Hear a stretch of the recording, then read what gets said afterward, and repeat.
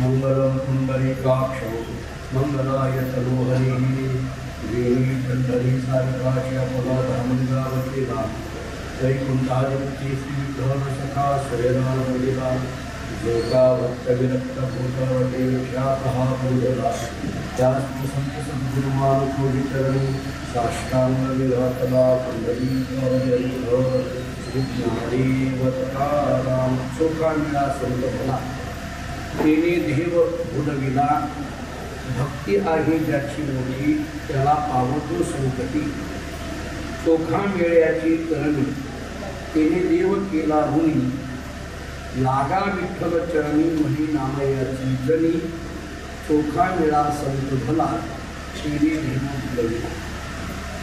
पवित्र भूमी मंगलवेदांती कैलासासी विलवी यांच्या स्मरणार्थ सुरू असणारी धनश्री प्रवचनमाला आणि या प्रवचनमालेतील या वर्षीच्या दुसऱ्या सत्राला आज आपण आरंभ करतो आहोत. श्री संत चोखोबाराय जीवनचरित्र व तत्वज्ञान या विषयाला आपण सुरुवात केली आणि त्याच्यातील चोख या शब्दाचा अर्थ नेमकं तत्वज्ञानाच्या दृष्टीने कसा आहे आणि तो चोखोबारायच्या जीवनाच्या दृष्टीने कसा महत्त्वाचा आहे त्याचे काही संदर्भ पाहण्याचा त्याला आपण प्रयत्न केला. चोखोबारायचं जीवनचरित्र व तत्वज्ञान असा विषय या वर्षाचा आहे. इथला चरित्र शब्द हा खूप महत्त्वाचा आहे. चरित्र या शब्दाचा अर्थ नेमकं काय करायचं. चर या धातूपासून तयार झालेला हा चरित्र शब्द आहे. चरित्र जे सांगितलं जातं देवाच्या चरित्राविषयी, संतांच्या चरित्राविषयी, सामान्य माणसाच्या चरित्राविषयी समाजामध्ये अनेक वेळेला काही गोष्टी बोलल्या जातात. परंतु संतांचं जे चरित्र आहे ते चरित्र अलौकिक अशा पद्धतीचं आहे, अगाध अशा पद्धतीचं आहे. पुढं आणखी पुढचा शब्द सांगायचा झाला तर अतुलनीय अशा पद्धतीचं ते चरित्र आहे. त्याचं कारण असं आहे, ज्ञानेश्वरीमध्ये या संबंधाने एक विषय खूप छान आलेला आहे. जेव्हा अर्जुनाने भगवान श्रीकृष्ण परमात्मा या दोघांमध्ये चर्चा चालू आहे तेव्हा भगवंतांनी स्वतःहून अर्जुनाला आपल्या जीवनामध्ये काय आवडतं हे सांगताना ज्ञानोबांनी विद्योबी देवाच्या तोंडामध्ये दिली आहे. भगवान असं अर्जुनाला सांगतात, अर्जुना माझ्या अंतःकरणाची आवड जर तू विचारत असतील तर ते मी जाईल ते हे प्राणा परवते आवडते जे निरुते जे भक्त चरित्राती प्रशंसती अशी भाषा वापरली. मला माझ्या जीवनामध्ये काय आवडतं हे सांगताना भगवान असं सांगतात अर्जुनाला, अर्जुना ते हे प्राणा परवते आवडते जे निरुते. मला माझ्या प्राणापेक्षा सुद्धा आवडणारी या जगात एकच गोष्ट आहे. ऐका, ते बोलणं भगवान श्रीकृष्णाच्या मुखात आहे. भगवान सांगतात अर्जुनाला, अर्जुना माझ्या अंतःकरणाची आवड जर तू विचारत असतील तर मला माझ्या अंतःकरणामध्ये माझ्या प्राणापेक्षा सुद्धा काहीतरी आवडतं आहे. अर्जुनाला मोठं कुतूहल वाटायला की देवाला देवाच्या प्राणापेक्षा काय आवडतं असं. भगवंतांनी सांगितलं, अर्जुना मला माझ्या प्राणापेक्षा ते आवडतात. कोण आवडतात? जे भक्त चरित्राचे प्रशंसती, जे संतांच्या चरित्राचं गायन करतात आणि संतांच्या चरित्राचं श्रवण करतात. भगवान श्रीकृष्ण म्हणतात मला ते माझ्या प्राणापेक्षा सुद्धा जास्त आवडतात. याचा अर्थ संत चरित्राचं श्रवण आणि संत चरित्राचं कथन हे इतकं अलौकिक अशा पद्धतीचं आहे. आणि म्हणून मानवी जीवनामध्ये संतांची चरित्र ऐकली पाहिजे, ती संतांची चरित्र गायली पाहिजे, याचा अर्थ सांगितली पाहिजे. संतांच्या चरित्राचं कथन का करा आणि संतांच्या चरित्राचं श्रवण का करा तर त्याचं उत्तर असं देऊन टाकलंय. भगवान म्हणतात मला माझ्या प्राणापेक्षा सुद्धा ते आवडतात म्हणून करा. एवढ्यावर भगवान थांबत नाही. याच्या पुढे जाऊन भगवान एक वाक्य असं सांगतात, पै प्रेमाची वार्ता जे अनुवादती पण नुसतात ते मानू परम देवता आपुली आणून. ज्ञानेश्वरी घरी गेल्यानंतर ओढून या ओळ्या जरा बघून घ्या. पै प्रेमळांची वार्ता जे अनुवादती पंडुसुता. पंडुसुता या शब्दाचा अर्थ आहे अर्जुन. पंडुसुता सुत या शब्दाचा अर्थ मुलगा. पंडुसुता अर्जुना, मला काय माझ्या जीवनामध्ये काय महत्व आहे? पै प्रेमळांची वार्ता जे अनुवादती पंडुसुता ते परमदेवता आपली मानू आम्ही. भगवान अर्जुनाने कुठेतरी असा सहज एखाद्या वेळेस प्रश्न विचारला असेल. अर्जुनाने विचारला असेल की देवा, आम्ही तुला देव मानतो, आम्ही तुला देव म्हणतो, मानतो, तुझ्या चरणावर देव म्हणून नतमस्तक होतो. अर्जुनाने अगदी सामान्य पद्धतीने प्रश्न विचारला असेल, देवा आम्ही तुला देव म्हणतो, तू कुणाला देव म्हणतोस रे? तुझ्या दृष्टीने देव कोण आहे? आमच्या दृष्टीने तू देव आहेस, तुझ्या दृष्टीने कोण देव आहे? भगवंतांनी सांगितलं, जे संतांची चरित्र सांगतात आणि संतांची चरित्र ऐकतात ते माझ्या दृष्टीने माझी परमदेवता आहे. आता भगवंतांनी जर संत चरित्र ऐकणाऱ्याला आणि सांगणाऱ्याला परमदेवता म्हटलं असेल तर याच्यापेक्षा संत चरित्राचं आणखीन अलौकिकत्व काय सांगायचं? याहीपेक्षा आणखीन तत्वज्ञानाच्या दृष्टीने ऐकायचं झालं तर ज्ञानेश्वरी उघडा आणि 18व्या अध्यायातली एक ओळी वाचा. 18व्या अध्यायामध्ये ज्ञानोबा असं सांगतात, संतांच्या चरित्राचं गायन का करा किंवा संतांच्या चरित्राचं श्रवण का करा? ज्ञानोबा बोलतात, तैसे हरपणे आपण पे पावे, तै संता ते पाहता दिवसावे, मनोनी वाणावे ऐकावे तेची सदा. अशी ओळी आहे. मनोनी वाणावे तेची सदा, मनोनी ऐकावे तेची सदा. तेची सदा वाणावे आणि तेची सदा ऐकावे. वाणावे या शब्दाचा अर्थ वर्णन करावं आणि ऐकावे या शब्दाचा अर्थ श्रवण करावं. तेच सतत सांगा आणि तेच सतत ऐका. काय? संता ते पाहता दिवसावे. संतांच्या चरित्राचं कथन अखंड करा आणि संतांच्या चरित्राचं श्रवण अखंड करा. अर्जुनाने विचारलं देवाला, का? कुणीतरी साधकांनी विचारलं ज्ञानोबा, हे का असं तुम्ही म्हणता? संतांची चरित्र ऐका, संतांची चरित्र सांगा, ते कशा करतात? ज्ञानोबांनी एकाच मुद्द्यामध्ये उत्तर देऊन टाकलं, हरपले आपण पे पावे याच्या करता. या ओळीचा सरळ सरळ अर्थ सांगू, आपली हरवलेली वस्तू आपल्याला मिळवायची असेल तर संतांची चरित्र ऐकावी असा सरळ अर्थ झाला. जरा बारीक ऐका. हे का सांगायला लागलोय? चोखोबरायचं चरित्र का ऐकायचं? नामदेवरायांचं चरित्र का ऐकायचं? ज्ञानोबारायांचं तुकोबरायांचं चरित्र का ऐकायचं? आज आपण मंगळवेढ्यामध्ये आहोत, चोखोबरायांची माहिती आम्हाला व्हावी म्हणून आम्ही त्यांचं चरित्र ऐकावं, हा झाला लौकिकाच्या दृष्टीने विचार. पण संतांची चरित्र एकंदरीत आमच्या जीवनामध्ये काय करतात हे सांगताना ज्ञानोबा सांगतात, हरपणे आपण पे पावे, तै संता ते पाहता दिवसावे, मनोनी वाणावे ऐकावे तेची सदा.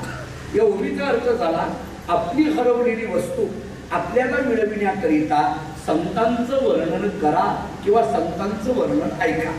आपली हरवलेली वस्तू आपल्याला मिळवून घेण्याकरिता संत चरित्र ऐकावं असा अर्थ झाला. आपली हरवलेली वस्तू आपल्याला मिळवून घेण्याकरिता संत चरित्र ऐकावं. पण माझा एक प्रश्न आहे, पुन्हा एकदा त्या वाक्याकडे घेऊन जातो. आपली हरवलेली वस्तू आपल्याला मिळविण्याकरिता आपण संतांची चरित्र ऐकावी. पण माझा प्रश्न असा आहे, आपलं हरवलंय काय हे कळायला नको का? हरवलेलं मिळविण्याकरिता हे करा हे कुठलं झालं हो, पण आपलं हरवलंय काय हे कळायला नको का? मला याच्यातही एक पुढचा प्रश्न आहे, आपलं हरवलंय काय याच्या अगोदर आपल्याजवळ काय काय होतं हे कळायला नको का? हरवलं हरवलं अरे होतं का तुझ्याजवळ? जर होतच तर हरवलं म्हणायचा विषय येत नाही ना. म्हणजे हरवण्याकरिता असणं गरजेचं आहे. आपल्याजवळ असावं, मग ते हरवावं आणि मग ते मिळवण्याकरिता प्रयत्न करावा. पटले मुद्दे? आपल्याकडे असावं, असलेलं हरवावं आणि मग ते मिळवण्याकरिता प्रयत्न करावा. म्हणजे संत चरित्र ऐकणं नावाचा प्रयत्न कधी करा. संत चरित्र ऐकणं नावाचा हा जो प्रयत्न सांगितला किंवा संत चरित्र नावाचं हे जे औषध सांगितलं, ऐका असं सांगितलं, ते कशा करता? ज्ञानोबा सांगतात, हरवलेलं मिळविण्याकरिता. पण हरवण्याकरिता आपल्याजवळ काय काय आहे हे कळालं पाहिजे ना. बरं, दुसरी गोष्ट अशी आहे, असं नेमकं आपल्याकडे काय आहे की जे आपलं हरवलंय आणि त्याच्याकरता आपल्याकडे संतांच्या चरित्र श्रवणाकडे जावं लागतं. चोखोबऱ्यांचं चरित्र ऐकायचं का? आमचं हरवलेलं मिळवण्याकरता. आपण हरवलं हे मिळवण्याकरिता संतांचं चोखोबऱ्यांचं चरित्र ऐका असं जर ज्ञानोबराय किंवा अन्य सगळे सांगत असतील तर हा काही उपाय आहे का? असं नेमकं काय हरवलंय की जे हरवलेलं चोखोबऱ्यांचं चरित्र ऐकण्याने मिळणार आहे? बरं, मुळात व्यवहार असा सांगतो, हरवलेलं मिळवण्याकरिता शोधावं लागतं. व्यवहार काय सांगतो? हरवलेलं मिळण्याकरता शोधावं लागतं. आता दोन गोष्टी, एक तर स्वतः शोधावं लागतं किंवा शोधा म्हणून सांगावं लागतं. बरोबर, आपलं हरवलंय ते अगोदर आपण शोधतो. आपल्याच्याने नाही जमलं तर आपण पोलीस स्टेशनमध्ये जातो, तक्रार देतो, आमची अमुक अशी वस्तू हरवलेली आहे, शोधून द्यावी. मग ते काय नोटीस काढतील, अमुक काढतील, पेपर देतील, सगळं. पण असं नेमकं काय आहे की जे आमच्याकडनं हरवलेलं आहे ते मिळवण्याकरिता चोखोबऱ्यांचं चरित्र आम्हाला ऐकावं लागणार आहे. पण माझा प्रश्न असा आहे, या हरवलं या शब्दाचा अर्थच नेमकं काय? हरवलं जे आहे ते नेमकं कशाच्या अनुषंगाने? बरं, याच्यात आणखीन एक ओबीमधला शब्द असा आहे, हरवले आपण पे पावे असा शब्द आहे. तुम्ही घरी गेल्यानंतर, मी जरा काल चोखोबऱ्यांचे अभंग सांगितले होते, घरी गेल्यानंतर बघा असं सांगितलं होतं. कारण मी 4-5 अभंग सांगितले होते, घरी गेल्यानंतर बघा असं सांगितलं होतं. आणि ते सगळे अभंग तुम्ही बघून आलेले आहेत याची खात्री आहे मला माझ्या श्रोत्यांवर विश्वास आहे. ते माझं सगळं ऐकतात असं मी कमीत कमी 5 दिवस तरी समजतोय. कारण मला 5 दिवस तुमच्या समोर बोलायचं आहे. तुम्ही माझं काहीच ऐकत नाही म्हटलं तर मला हटवून द्या. म्हणून मी असं समजतो की तुम्ही माझं ऐकताय, आता तुम्ही बघून आला. आता मी आज ज्ञानेश्वरीच्या काही ओव्या चोखोबऱ्यांच्या चरित्राच्या दृष्टीने सांगतो. चोखोबऱ्यांच्या चरित्राच्या दृष्टीने ज्ञानेश्वरीची एक ओवी मी प्रस्तावनेमध्ये अशी मांडतोय की चोखोबऱ्यांचं चरित्र काय ऐकायचं. चोख या शब्दाचे अर्थ काय आहेत हे काल आपण बघितलं. मला आता त्याच्यात मागं जायचं नाही, सगळं आपण बघून आलोय. चोख या शब्दाचा अर्थ शुद्ध, ते शुद्ध या शब्दाचे 3 अर्थ केले. उपाधी रहित होणं म्हणजे शुद्ध, विटाळ निघून जाणं म्हणजे शुद्ध, असे काही अर्थ करत असताना आपण भगवंताला जो प्रिय झाला तोच शुद्ध असाही अर्थ आपण केले. पुष्कळ चर्चा आपण काल केली. आज मला प्रस्तावनेमध्ये प्रश्न असा उपस्थित करायचा आहे की चोखोबऱ्यांचं चरित्र हा विषय आदरणीय काळुंगे सर आणि आम्ही ठरविला. पण हे चरित्र ऐकायचं, आज आपलं घर सोडून योगेश्वरी मुद्दल कार्यालयात एवढ्या लांब आम्ही येतोय, का निघाला? चोखोबऱ्यांचं चरित्र ऐकायला. पण का ऐकायचं? चरित्र ऐकायचं या शब्दाचा अर्थ विचारात घेण्याकरता आपण एवढी धावपळ करत इथं वेळेवर येतो आहोत, वेगवेगळ्या साधनांनी इथं येतो आहोत. पण या चरित्र श्रवणाचा फायदा काय? या चरित्र श्रवणाचा परिणाम काय होणार आहे? हे का ऐकायचं याच्याकरता ज्ञानोबरायांनी दिलेली ओवी मी प्रस्तावनेमध्ये घेत होतो. हरवले आपण पे पावे याच्याकरता ऐकायचं. हरवलेलं आम्हाला मिळावं, आपण पे असं म्हटलंय, पावे असं म्हटलेलं आहे. हे आपण पे शब्दाचा अर्थ काय? आपल्याला. याचा अर्थ आपल्याला हरवलेलं मिळेल. याचा अर्थ जे हरवलंय ते आपलं आहे हे लक्षात घ्या. जे हरवलंय ते आपलं आहे. कारण आपल्याला जे मिळवायचं आहे ते दुसऱ्याचं नाही. दुसऱ्याच जरा आणखी पुढं बोलतो, दुसऱ्याचं मिळवण्याकरिता संत चरित्राकडे जायची गरज नाही. दुसऱ्याचं मिळवण्याकरता व्यवहारात पुष्कळ उपाय आहे, ते सांगायची गरज नाही. आणि ते सांगण्याकरता प्रवचनं नसतात. बरोबर आहे, कारण ते आपोआप आम्हाला ज्ञान झालेलं असतं. ते इतकं झालेलं असतं, बहुतांशी प्रवचन करायला माहीत नाही इतकं झालेलं असतं. त्यामुळे काय आहे नेमकं आपण या शब्दाचा अर्थ काय? आपलं या शब्दाचा अर्थ काय? मला आणखी तुम्ही काही अभंगाचे संस्कार आपल्या कानावर असतील तर आणखीन एक अभंग सांगून पुढे जातो. पहा, तुकोबऱ्यांचा एक अभंग आहे, आपुला तो एक देव करून घ्यावा तेने विन जीवा सुख नव्हे, असा एक अभंग आहे तुकोबऱ्यांचा. आपुला तो एक देव करून घ्यावा, आपला देव करून घ्यावा, असं जेव्हा तुकोबऱ्या सांगतात तेने विना जीवा सुख नव्हे, हे सगळं पुढे जाऊ द्या. देव आपला करून घ्या असं जर तुकाराम महाराज उपदेश करत असतील तर देव आपला करून घेण्याकरता तो आपला नाही का? किंवा आपल्यात नाही का? आपल्यात तर बरं, मुळात तुम्हीच आम्हाला सांगता देव आपला आहे, देव नाही अशी जागा नाही. विठ्ठल जरी स्थळी भरला रीता खावं नाही वरला, आजीम्या दृष्टीने पाहिला विठ्ठलाची. मग देव आपल्यातच असताना पुन्हा आपला करून घ्या असं म्हणायची काय गरज आहे? आपली हरवलेली वस्तू आपल्याला मिळेल असं म्हणत असताना तर आपलं आपल्याच जवळ असतं ते हरवायचा विषयच येत नाही. आपला या शब्दाचा अर्थ जर आपण स्वरूप असा केला, आपलं मुळात आपलं आहे ते केवळ एकच आहे, ते म्हणजे स्वरूप. जरा पुढे बोलतो मी नाही का, हा देह आपला म्हणतो तो देहही आपला नाही. महाराजांची वचनं अशी आहेत, पंचमहाभूताचा आणि लाऊसना. या देहाच्या बाबतीत सांगितलं जातं हे उसनं आणलेलं आहे, हे काहीतरी मागून घेतलंय, काही काळापुरतं ते घेतलेलं आहे. बरं, घर आपलं म्हणता येत नाही, गाडी आमची म्हणता येत नाही. आम्ही जरी आपलं असं त्याला म्हणत असलो, जरा पुढे गमतीने बोलतो, जुने कीर्तनकार म्हणायचे, माणूस घर आपलं म्हणतो पण घर त्याला कधीच म्हणत नाही हे आपलं आहे. आपण म्हणतो हे घर माझं आहे, पण घर म्हणत नाही, हा घरातला मालक माझा आहे म्हणत नाही. का म्हणत नाही? जर त्यानं म्हणत असेल तर आपण गेल्यानंतर घराने आपल्या बरोबर यावं नाही ना, घरी येते. ते म्हणतो तो गेला दुसराही म्हणायला लागला हे माझं, मग ते घर हसायला लागतं. जेव्हा आपला मुलगा आपल्याच घराला माझं म्हणायला लागला तेव्हा ते घर हसायला लागतं. का हसायला लागतं? घर असं म्हणतं, तुझा बापही असंच म्हणत होता, असंच म्हणत होता, हे माझं माझं म्हणत तो गेला, पण मी काही त्याचा झालो नाही. तू आता म्हणायला लागलाय, काही दिवस तू म्हणत राहशील, तुझ्या नंतर तुझा मुलगा म्हणत राहशील. हे रहाड गाडगं थांबत नाही, हे चालूच आहे. आजा गेला, पणजा गेला, बाप मसनात गेला, देखत देखत नातू पणतू तोही तैसा झाला. महाराजांची वचन. तसं बघायला गेलं तर जे जे आपला या शब्दाचा अर्थ, आपलं स्वरूप हेच आपलं आहे. आपला या शब्दाचा विचार करताना स्वरूप दृष्टीने विचार करावा लागतो.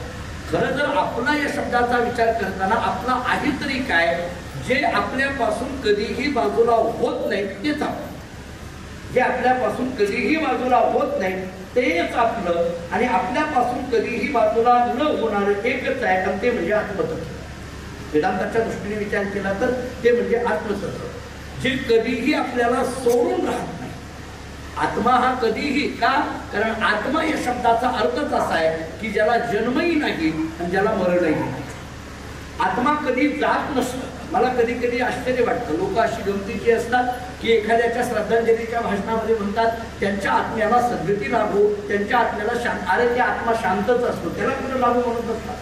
आत्मा या शब्दाचा अर्थ इतका सामान्य नाही. आत्मा गीता बोला न जायते प्रियते वा कदाचित, भगवद्गीता सांगते ज्याला जन्मही नाही मरणही नाही तो आत्मतत्व आहे. देहाला जन्म आहे, मरण आहे, ज्ञानोबराय बोलतात उपदेते नाशे नाशिले पुनरपी दिसे. परंतु जे आत्मतत्व आहे त्याला जन्मही नाही, ते मरणही नाही, आणि जे आत्मतत्व आहे तेच जीवाचं खरं स्वरूप आहे. जीवाची खरी ओळख जर काय आहे तर अहम ब्रह्म अस्मि, अयम आत्मा ब्रह्म. जर आपण काही प्रमाणपाठ वासुदेवातली केली तर मी वासुदेव तत्वता कळो येईल विचारिता, किंवा एक हरी आत्मा जीवशिव समा वायातू दुर्गमान हरिमन हरिपाठाची भाषा आहे, किंवा सर्व घटी राम या देही एक सूर्यप्रकाश सहस्रश्री हरिपाठातली भाषा आहे. आत्मतत्व हे जीवाचं मूळ आहे. मग हे हरपणं आणि मग ते मिळवण्याकरिता संत चरित्र ऐकायचं. आता आपलं स्वरूप हरपणं कसं काय शक्य आहे? हरवलेली वस्तू ही आपल्यापासून वेगळी असली पाहिजे, आणि आत्मा हे तर आपलं स्वरूप आहे, ते वेगळं नाहीये. मग हरपणं हा शब्द का वापरला? हरपणं शब्दाचे दोन अर्थ. हरपणं शब्दाचे दोन अर्थ करताना एक अर्थ विस्मरण असा केलाय, एक अर्थ अज्ञान असा केलाय.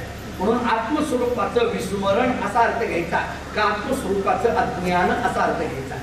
विस्मरण हा शब्द आकाराकरता असतो, कारण जी आकारवान वस्तू आहे त्याच्याबद्दल विस्मरण होऊ शकतं, पण जे निराकार असतं त्याच्याबद्दल विस्मरण नाही, तर त्याच्याबद्दल अज्ञान असा शब्द आहे. मराठीतली सूक्ष्म चिंतन जर ऐकायचं झालं तर आपल्यापासून जे भिन्न आहे, जे आकारवान आहे त्याच्या विस्मरणाबद्दल बोलू शकतो. हा माझा चष्मा विसरला, माझं घड्याळ विसरलं, माझा मोबाईल विसरला, माझे कपडे विसरले, माझी गाडी विसरली, असं आपण आकारवान आपल्यापासून भिन्न आहे त्याच्याबद्दल बोलू शकतो. माझा आत्मा विसरला असं बोलू शकत नाही. मग मला माझ्या आत्मस्वरूपाविषयी अज्ञान आहे असं आपण बोलू शकतो. म्हणजे हरपणे शब्दाचे दोन अर्थ केले, एक विस्मरण आणि दुसरा अज्ञान.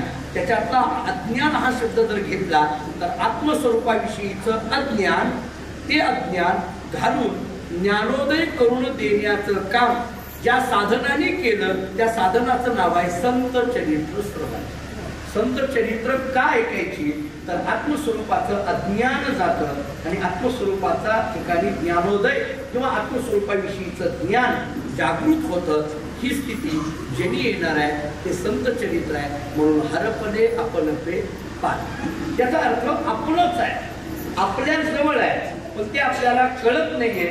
ते कळून देण्याचं काम संत चरित्र करत. चोखोबाला काय करत आहे? चोखोबारायांचं चरित्र, नामदेवरायांचं चरित्र, तुकोबारायांचं चरित्र, ज्ञानोबारायांचं चरित्र, दामाजी पंतांचं चरित्र, हे चरित्र काय करत आहेत? आमचीच आम्हाला ओळख करून देत आहे. या चरित्राने काय केलं? जीवाला जीवाची खरी ओळख करून दिली. म्हणून ही चरित्र ऐकायची. ही चरित्र का सांगायची आणि का ऐकायची? ज्ञानोबाराय बोलतात, हरपले आपण पे पावे तै संता ते पाहता हिंसावे, म्हणून वानावे ऐकावे त्याची सता. तरी माझ्या मनात एक प्रश्न पडतो, ऐका.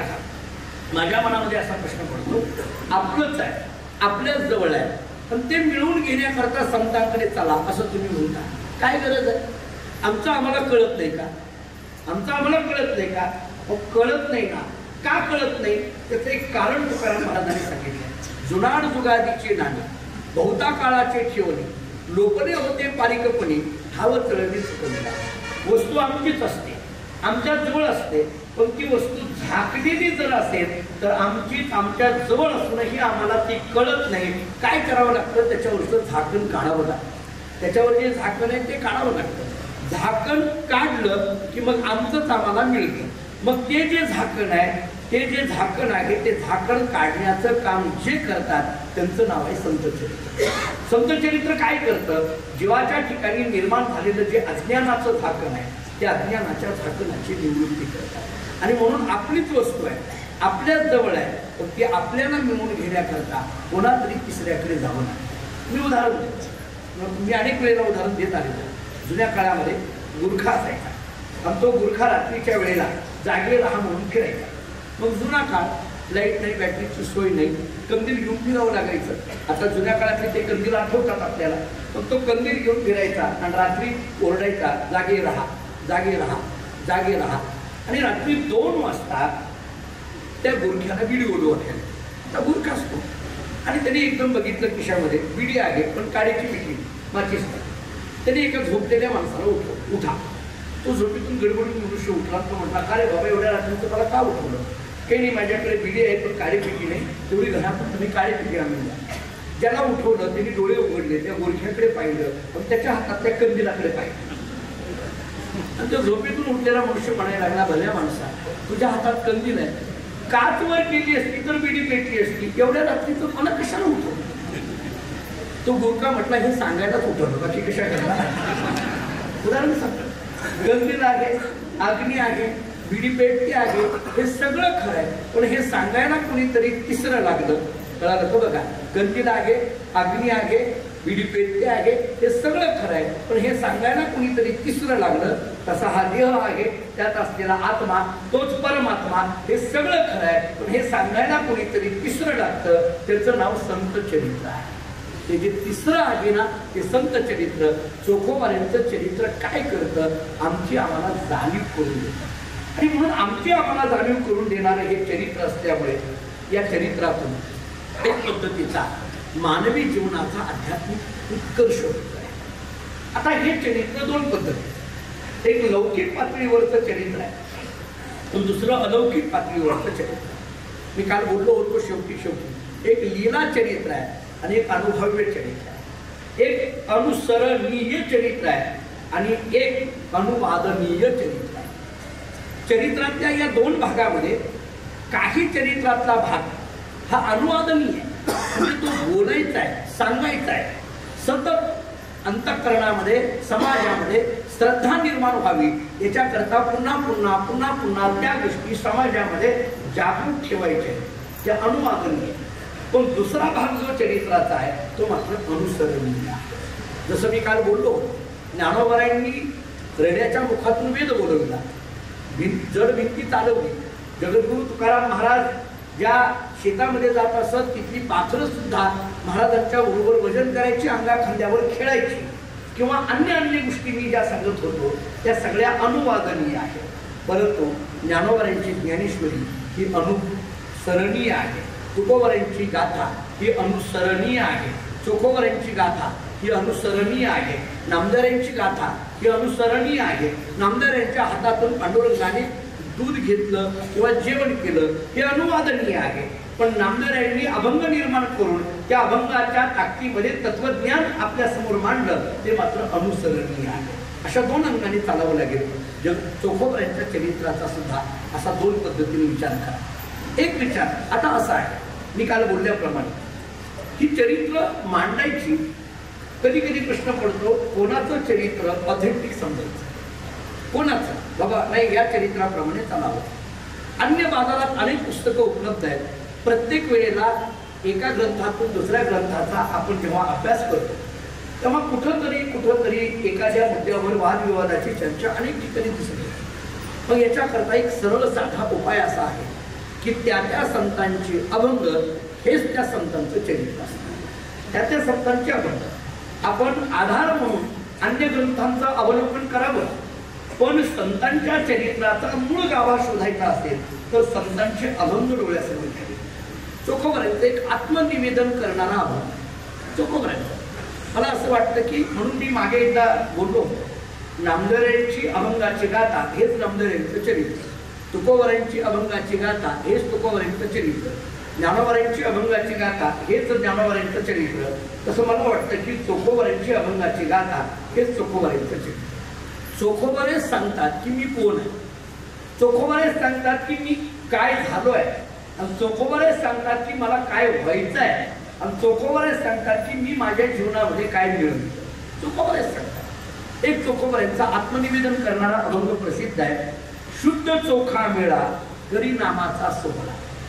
चोखोबऱ्यांचे शब्द बघा, शुद्ध चोखा मेळा. आता हे चोखोबऱ्यांचे शब्द असल्यामुळे मी जसेच्या तसेच उच्चार करतो. शुद्ध चोखा मेळा करी नामाचा सोहळा, यातीही न मी महार पूर्वी निळाचा अवतार. चोखोबऱ्यांचा अभंग आणि चोखोबऱ्यांच्या गाथ्यात प्रसिद्ध आहे, मी निळाचा अवतार.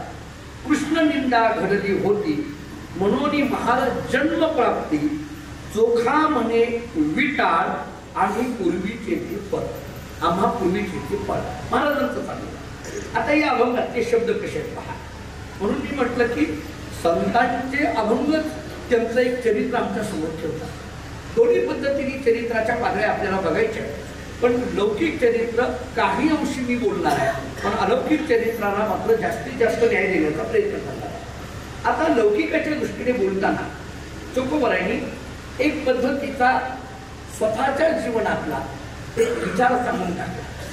चोखोबरे सांगतात, शुद्ध चोखा मेळा करी नामाचा सोहळा. मी कोण आहे? चोखा मेळा. मी काय करतोय? नामाचा सोहळा. स्वतःचं काम सांगून टाकलं. मी कोण आहे हे सांगून टाकलं, मी काय करतोय हे सांगून टाकलं. यातीहीन मी महार. यातीचा संबंध जातीच्या संबंधाने बोलायचं झालं, स्वतःची याती सांगून टाकली. पूर्वी निळाचा अवतार. हे फार ऐकण्यासारखं आहे. मी कोण आहे तर निळाचा अवतार. म्हणून मी काल बोलता बोललो होतो, रामायणात त्या नळ निळ जांबुवंताचा विचार करताना त्या निळाचा मी अवतार अशी चोखोबरांची भाषा आहे. आता चोखोबरांच्या या अवतार परंपरेवर दोन प्रवाह. कोणी म्हणतो चोखोबरा हे जयदेवाचे अवतार, आणि चोखोबरांच्या अभंगातूनच ऐकायचं झालं तर चोखोबरा म्हणतात मी निळाचा अवतार. हा चोखोबरांचा प्रसिद्ध अभंग आहे, गाथ्यामध्येही प्रसिद्ध आहे. सहभागधर्मांनी अगदी त्यांच्या पुस्तकामध्ये अगदी आरंभाला तो अभंग मांडलेला आहे. आत्मनिवेदन पर अभंग म्हणून चोखोबरांचा हाच आपल्याकडे अन्य ठिकाणी प्रसिद्ध असलेला दिसून येतो. चोखोबरांनी तेही सांगून टाकलं. बरं ठीक आहे. आता स्वतःच बोलताना यातीहीन असा शब्द वापरल्यामुळे का हो हे हीनत्व तुमच्याकडे का आलं? चोखोबरांनी त्याची कारणं सांगून टाकली. कृष्ण निंदा घडली होती म्हणून महार जन्म प्राप्त. काय घडलं? एक माझ्याकडून निंदा घडली, माझ्याकडून एक चुकीचं कर्म घडलं. पूर्वीचं सांगतात, आत्ताचं नाही. कृष्ण निंदा घडली.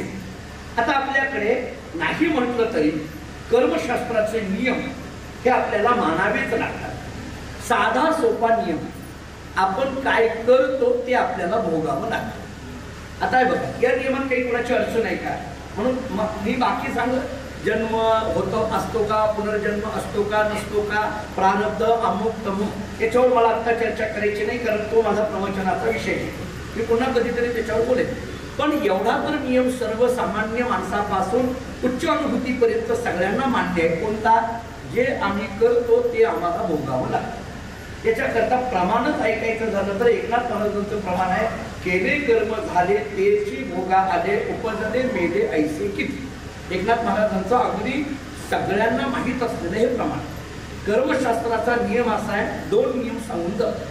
प्रत्येकाला कर्म करावं लागेल हा कर्मशास्त्राचा पहिला नियम, आणि केलेलं कर्म भोगावंच लागेल हा कर्मशास्त्राचा दुसरा नियम. याच्यात कुठंही तडजोड नाही. ऐका, प्रत्येकाला कर्म करावं लागेल, त्याच्यात कोणाची काय अडचण आहे का? करावंच लागेल. ज्ञानोबांनी दिलेली उदाहरणं सांगू. ज्ञानोबांनी उदाहरणं फार गमतीची दिलेली आहेत, ते सगळ्या ओव्या सांगत राहत नाही, पण ज्ञानोबांनी उदाहरणं अशी दिलेली आहेत. ज्ञानोबा बोलतात, मडक्याने मातीचा कंटाळा करून जमेल का? मडकं, त्या मडक्याने मातीचा कंटाळा करून जमेल का? मडकं आणि माती हे वेगवेगळं होईल का? आम्हाला पाणी भरायचं आहे, मडक्याने पाणी भरायचं आहे, पण त्या मडक्यात माती नसली पाहिजे. शक्य आहे का? मडकं म्हटलं की मातीचंच असणार. मडक्याने मडकं व्हायचं ठरवलंय, पण माती मात्र माझ्याकडे आली नाही पाहिजे असं जर म्हटलं तर ते मडकं म्हणून जन्माला येईल. मडकं म्हणून जन्माला यायचं असेल तर त्याच्याकरता माती ही पाहिजेच. याचा अर्थ मडक्याने मातीचा कंटाळा करून जमत नाही, कपड्याने सुताचा कंटाळा करून जमत नाही, अग्नीने उष्णतेचा कंटाळा करून जमत नाही, पाण्याने ओलेपणाचा कंटाळा करून जमत नाही. तसं मनुष्य शरीराने कर्माचा कंटाळा करून जमत नाही. मनुष्य शरीर म्हटलं की कर्म हे आलंच. प्रत्येकाची कर्माची वर्गवारी वेगळी असेल. कोणी शेती नावाचं कर्म करत असेल, कोणी व्यापार नावाचं कर्म करत असेल, कोणी नोकरी नावाचं कर्म करत असेल, कोणी अन्य काही कर्म करत. प्रत्येकाला इथं बसलेल्यापैकी इथं काही नोकरदार आहेत त्यांना नोकरी नावाचं कर्म आहे, इथं काही व्यापारी बसलेले आहेत त्यांना व्यापारी नावाचं कर्म आहे, इथं काही शिक्षक बसलेले आहेत त्यांना शिक्षण देणं हे त्यांचं कर्म आहे, काही वकील बसलेले आहेत त्यांना वकिली व्यवसाय करणं हे त्यांचं कर्म आहे, काही वैद्यकीय क्षेत्रातली मंडळी आहेत त्यांना डॉक्टर किंवा वैद्यकीय क्षेत्रातलं ते जे आहे ते त्यांचं कर्म आहे, काही शेतकरी बसलेले आहेत त्यांना शेती करणं हे त्यांचं कर्म आहे, इथं काही गृहिणी बसलेले आहेत त्यांना घरातली कामं करणं हे त्यांचं कर्म आहे. प्रत्येकाला कर्म दिलंय. मलाही देवाने एक कर्म दिलंय, असं तास तास बोलत राहा, हे माझं कर्म आहे. आलंय ना महाराज, मी याला सोडून जमेल का? माझं कर्म आहे, मी प्रवचन करणं, सोडून जमेल का? इथं बसलेल्यापैकी एकाने ठरवलं मी नाही नोकरी करणार, शक्य आहे का? तुला नोकरी नावाचं कर्म दिलंय, तुझा उदरनिर्वाह किंवा जीवन चालायचं असेल तर तुला कर्मापासून पळून जाता येणार नाही, कर्म सोडून जमणार नाही, कर्म करावं लागेल. केलेलं कर्म भोगावं लागेल. 2. काही माणसं अशी गमतीची असतात, महाराज आम्ही काही करतच नाही, पण भोगायचा काय संबंध? असं चालत नाही, करावंच लागतं, केलेलं भोगावंच लागतं. बरं, मग इथं चोखोबारांनी देताना आधार असा दिला, कृष्ण निंदा घडली होती म्हणून महाराज जन्मप्राप्ती चोखा म्हणे विटाळ. कुणीतरी विचारलं असेल चोखोबारांनी, हे असं विटाळाचं जीवन तुमच्या जीवनात का आलं? अशा पद्धतीचे हाल तुमचे का झाले? आता मी त्या काळातली समाज व्यवस्था डोळ्यासमोर ठेवतो. कृपया याती जातीचा विचार न करता त्या काळातली समाज व्यवस्था किंवा त्या यातीकडे पाहण्याचा दृष्टिकोन त्या काळातला कुणीतरी विचारलं असेल, असं का झालं? महाराजांनी त्याला एकच उत्तर दिलं, आम्हा पूर्वीचे फळ. बस, हे का माझ्या नशिबाला आलं? ढोरं वडण्यासारखं काम माझ्या नशिबाला आलं का? माझं काहीतरी पूर्वीचं फळ असेल. तुकाराम महाराजांना ते दुकानदारी करायची नशिबाला आली का? काहीतरी पूर्वीचं फळ असेल. एकनाथ महाराज किंवा अन्य काही संतांची चरित्र वाचली तर त्यांच्याकडे आलेली जी कर्म, याचं कारण काय? काहीतरी पूर्वजन्मातलं कर्माचं फळ असेल.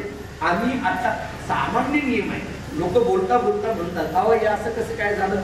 काहीतरी कर्म आहे, बाकी काय सांगतात? काहीतरी कर्म आहे, त्याचं हे फळ आहे असं म्हटलं जातं. हे फळ 2 पद्धतीचं असतं. सुख हे सुद्धा फळच आहे आणि दुःख हे सुद्धा फळच आहे. आपणच केलेल्या कर्माची सुख आणि दुःख नावाची ही 2 फळं आहेत. मग एक सुखाचं फळ आहे आणि एक दुःखाचं फळ आहे. मग याचा संदर्भ काय लावतो? आपण केलेलं पूर्वजन्मातलं जे सत्कर्म, त्याच्यापासून निर्माण झालेलं जे पुण्य, त्या पुण्याचे फळ. आपण केलेलं जे दुष्कर्म त्याच्यापासून निर्माण झालेलं पाप, त्या पापाचं दुःख नावाचं हे फळ, म्हणजे दुःख नावाचं फळ येण्यालाही कारण आपणच आहोत आणि सुख नावाचं फळ येण्यालाही कारण आपणच आहोत. आपणच आहोत याचा अर्थ आपलंच कर्म आहे. आपलंच कर्म सुखाला जन्म देत आहे आणि आपलंच कर्म दुःखाला जन्म देत आहे. मी जरा तुम्हाला अध्यात्म रामायणातला एक श्लोक सांगू. कधी कधी जरी वाटलं तर व्यासांचा अध्यात्म रामायण आवर्जून वाचा. इतका मूळ श्लोक या सुख दुःखाच्या संबंधाने दिलाय. जेव्हा रामचंद्र प्रभू वनवासाला निघाले आणि पहिला मुक्काम ते गोहकाच्या घरी होते. म्हणजे आदल्या दिवशी रात्री राजवाड्यामध्ये असलेले राम दुसऱ्या दिवशी मात्र एका गोहकाकडे, अत्यंत गरीब झोपडीमध्ये राहणाऱ्या त्या गोहकाकडे मुक्काम करण्याची वेळ येते. रात्रीची वेळ, पाचोळा तयार केला आणि त्या पाचोळ्याची शय्या केली आणि त्या गोहकाने राम आणि सीतेला झोपण्याची व्यवस्था केली. लक्ष्मण रात्रभर जागा आहे. लक्षात घ्या, लक्ष्मण रात्रभर जागा आहे हे म्हणताना आता रामायणाच्या सांगण्याने ऐकावं लागतं. रामायण आम्हाला असं सांगतं लक्ष्मण 14 वर्ष झोपला नाही, त्याचं नाव लक्ष्मण. लक्ष्मण या शब्दाचा अर्थ आणण्याकरता एवढा विचार सांगितला जातो. 14 वर्ष त्याला झोप येत नाही किंवा तो झोपत नाही, याचा अर्थ तो सातत्याने तटस्थ आहे, कटाक्ष अशा पद्धतीची त्याची वृत्ती जागा आहे. आणि मग रात्रीच्या वेळेला त्या गोहकाने लक्ष्मणासमोर एक विषय मांडला. तो विषय असा मांडला, दादा, या कैकेयीमुळे माझ्या रामचंद्र प्रभूंना किंवा सीताबाईंना हे दुःख सहन करावं लागायला लागलंय, असं तो गोहक लक्ष्मणाला बोलला. हे लक्ष्मण दादा, ही कैकेयी इतकी विचित्र आहे. काल एका सोन्याच्या महालामध्ये असलेले राम सीता आज एका झोपडीच्या बाहेर एका पातोळ्यावर त्यांना झोपावं लागायला लागलंय.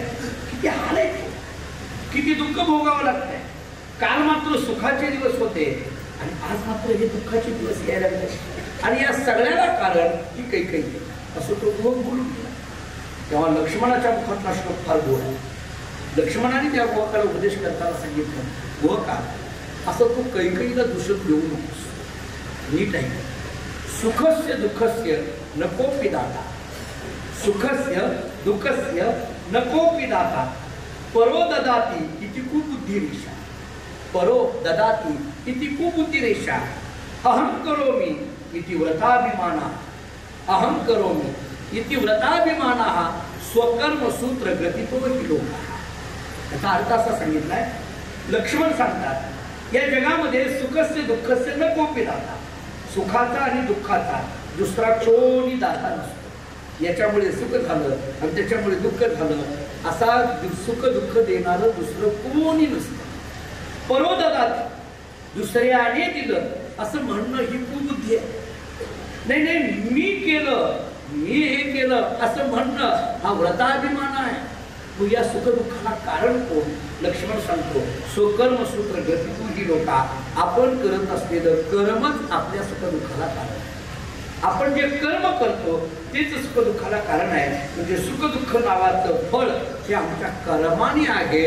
चोखोबाराय सांगतात, आम्हा पूर्वीचे हे फळ. चोखा म्हणे विटाळ, आम्हा पूर्वीचे हे फळ. हे लौकिकाच्या दृष्टीने मी पुन्हा बोलतो. त्या काळामध्ये, ज्या काळामध्ये सोहळ्या ओवळ्यांची चर्चा पुष्कळ पद्धतीने केली जात होती, ज्या काळामध्ये स्पर्शाचा विचार पुष्कळ पद्धतीने केला जात होता, ज्या काळामध्ये समाज व्यवस्था ही 4 वर्णामध्ये विभागलेली होती, ज्या काळामध्ये समाज व्यवस्थेचा विचार या 4 वर्णाच्या आधारावर चालत होता, त्या काळामध्ये अशा पद्धतीचं एक नीचत्व आमच्याकडे का आलं हे सांगताना त्याचं कारण मीमांसा करताना मात्र चोखोबाराय स्वतः सांगतात, चोखा म्हणे हा विटाळ आम्हा पूर्वीचे फळ. हे काहीतरी पूर्वीचं फळ आहे. आता हे पूर्वी, मग त्याची कर्मशास्त्राची संगती काय, मग त्याचा विचार करण्याकरता कृष्णनिंदा घडली होती हे सांगितलं. कृष्णनिंदा काहीतरी पूर्वी घडली. आता ती कृष्णनिंदा कशी घडली, कोणत्या अवतारामध्ये घडली, काय घडली, याच्या सगळ्या पौराणिक दाखलामध्ये जाण्यापेक्षा नियम एवढा साधारण डोळ्यासमोर घेऊन जाऊया की आम्हाला आमच्या जीवनात येणाऱ्या सुख दुःखाची कारण मीमांसा करताना आपण केलेलं कर्म हेच त्याला कारण असतं. चोखोबाराय एका लौकिकाच्या दृष्टीने हा विचार मांडतात. चतुर्वर्ण व्यवस्था मांडलेली जी आहे, ज्या यातीचा विचार केला जातो त्या यातीच्या संबंधाने आणि ज्या उच्चतेने समाज एका विशिष्ट घटकाकडे बघत होता त्या काळाच्या दृष्टीने चोखोबरायांनी ही भावना व्यक्त केली. मी हा एक विचार आपल्यासमोर मांडतो, पण या सगळ्याचं निराकरण चोखोबरायांनी कोणत्या भूमिकेतून केलं त्या भूमिका मला पुढे मांडायच्या, पण मी ही पूर्वायुष्यातली भूमिका लौकिकाच्या चरित्राच्या दृष्टीने मांडतो. आणि मग अशा पद्धतीने स्वतःचा एक विचार एका परंपरेच्या दृष्टीने निळाचा अवतार म्हणणं काय, किंवा मी केलेलं जे कर्म आहे तेच मला भोगावं लागतं म्हणणं काय, किंवा एखाद्या यातीच्या हीनत्वाबद्दल स्वतःच्याच अंतःकरणाची भावना व्यक्त करणं काय, हा लौकिकाच्या दृष्टीने चोखोबराय एक इतिहास आमच्या डोळ्यासमोर ठेवतात. हा झाला एक विचार. आता एक दुसरा विचार मला चोखोबरायांच्या जन्माच्या संबंधाने मांडायचा, की जो अलीकडच्या काळामध्ये अनेक ग्रंथकारांनी सुद्धा मांडलेला. मी आपण केलेले चरित्र वाचलं, सभाकर्मांचंही वाचलं, अन्य काही ग्रंथ जे काही तेही पाहिले. एक साधारण सगळीकडे एक लोककथा चोखोबरायांच्या जन्माविषयी सांगितली जाते. काय लोककथा सांगितली जाते? कोरेगावचा कोणीतरी एक पाटील आहे आणि त्याचा एक नियम आहे, आपल्याकडे जे काही नवीन होईल ते सगळं पांडुरंगाला द्यायचं, पांडुरंगाला दाखवायचं किंवा पांडुरंगाला समर्पण करायचं, त्याच्याशिवाय राहायचं. लौकिक कथा एक सांगितली जाते, लोककथा सांगितली जाते. आता चोखोबरायांच्या जन्मावर गणपती महाराजांनी केलेला विचार वेगळा आहे, लोककथेतून नामदेवांनी केलेला विचार वेगळा आहे, किंवा या सगळ्या एक कोणी म्हणतं आयोनी अशा पद्धतीचा चोखोबरायांचा जन्म आहे, कोणी म्हणतं योनीज अशा पद्धतीने चोखोबरायांचा जन्म आहे. जन्माबद्दल वाद आहे, मला त्याच्यात उतरायचं. अगदी ही स्थिती आहे असं कोणीही ग्रंथकारांनी मांडलेलं नाही. म्हणून मी म्हटलं की संशोधनात्मक चरित्र, लौकिक चरित्र आणि तात्विक चरित्र. आपल्याला या 5 दिवसामध्ये संशोधनात्मक चरित्राचा थोडा आधार घ्यायचा आहे, लौकिक चरित्राचा थोडा आधार घ्यायचा आहे, पण अधिक विस्तार मात्र तात्विक चरित्राचा करायचा. म्हणून फक्त त्याला असावं म्हणून बोलायला लागतो. आता विचार असा सांगितला जातो.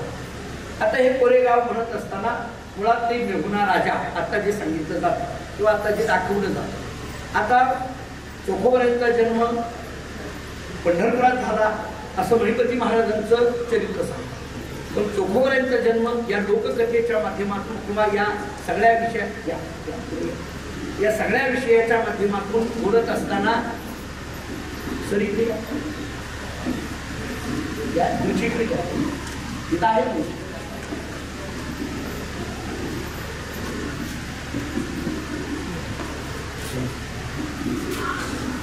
म्हणजे अशा अनेक दाखल्यांचा विचार आपल्याला करता येण्यासारखा आहे. आता लोककथा अशी सांगितली जाते, तिथला जो पाटील आहे त्याचा एक नियम आहे, आपल्याकडे जे काही येईल ते देवाला अर्पण करायचे. मग आंबे होते, ते आंबे देवाला अर्पण करण्याकरता पाठवायचे, कोणाकडे पाठवायचे? मग त्या काळामध्ये हा जो असताना सुदामा नावाचा एस्कर आणि ती सुदामा आणि त्यांची बायको सावित्री हे दोघंही पंढरपूरची वारी करत होते. आणि म्हणून त्यांनी असं सांगितलं की बाबा तू वारीला निघालायस ना, तरी मग एक काम कर, एवढे आंबे आहेत, 125 आंबे सांगितले, एवढे आंबे आहेत ते आंबे पांडुरंगाला दे. त्याच्यामध्ये एक चिठ्ठी दिली, तर बडव्यांकडे घेऊन दे, ते पांडुरंगाला समर्पण कर, काय हरकत नाही. ते घेऊन निघाले आणि मग घेऊन निघाल्यानंतर पांडुरंगानेच एका ब्राह्मणाचं रूप धारण केलं आणि मग भूक लागली म्हणून त्याच्याकडे हात पसरले.